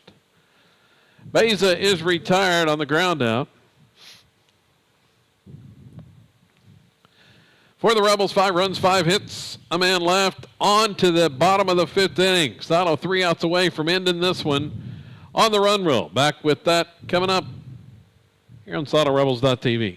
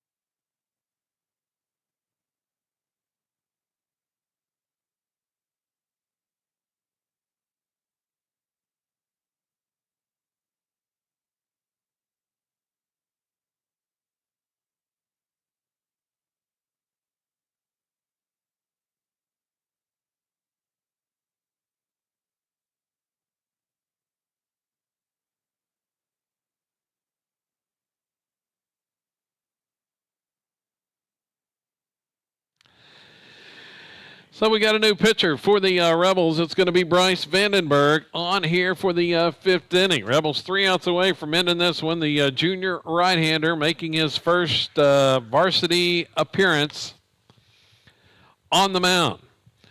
It's like Jared House has moved over to first base. And everything else remains the same.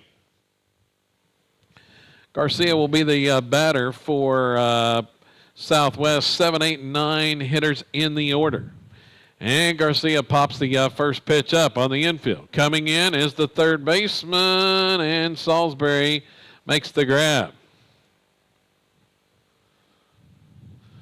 1 pitch, 1 out for Bryce Vandenberg. Only 2 outs away from the run roll. You're ready for some lunch, aren't you, Asher? Yep. Ready for Lambert's. As that pitch is inside for a ball.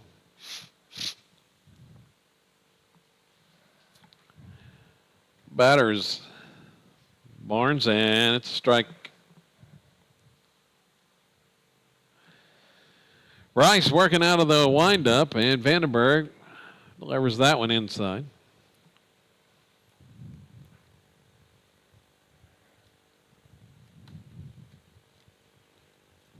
Here's a ground ball hit toward third, and charging in Salisbury. Whiffs on that one, trying to field it. Rebels' second error of the contest.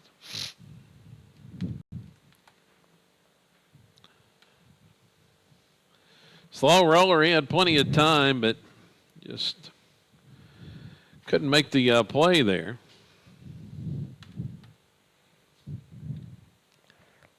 Ayer is the next batter.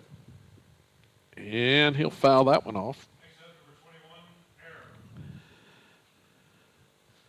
Foul ground on the right side. 0-1 the count. Rebels with 11 runs on 9 hits and 2 errors in this contest. There's a chopper to third. Salisbury has it, goes to second, looking for the out. The throw was high. Nice save by Colby Smith to keep that one from going into right field. And he gets the tag down on the runner for the fielder's choice. So the fielder's choice, Salisbury to Smith for the out at second. 2 down. Rebels 1 out away. Gregory the hitter. And he watches that one for a ball.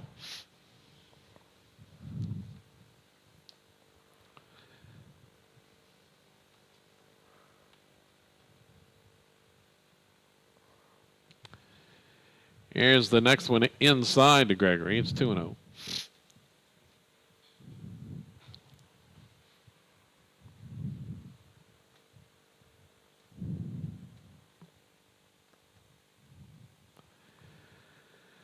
Bryce with that delivery and misses outside. So 3-0 the count. There is activity in the Rebel bullpen. Ground ball back to the middle. Vandenberg fields it, looks at second, first, but then goes to first for the out, and that's the ball game.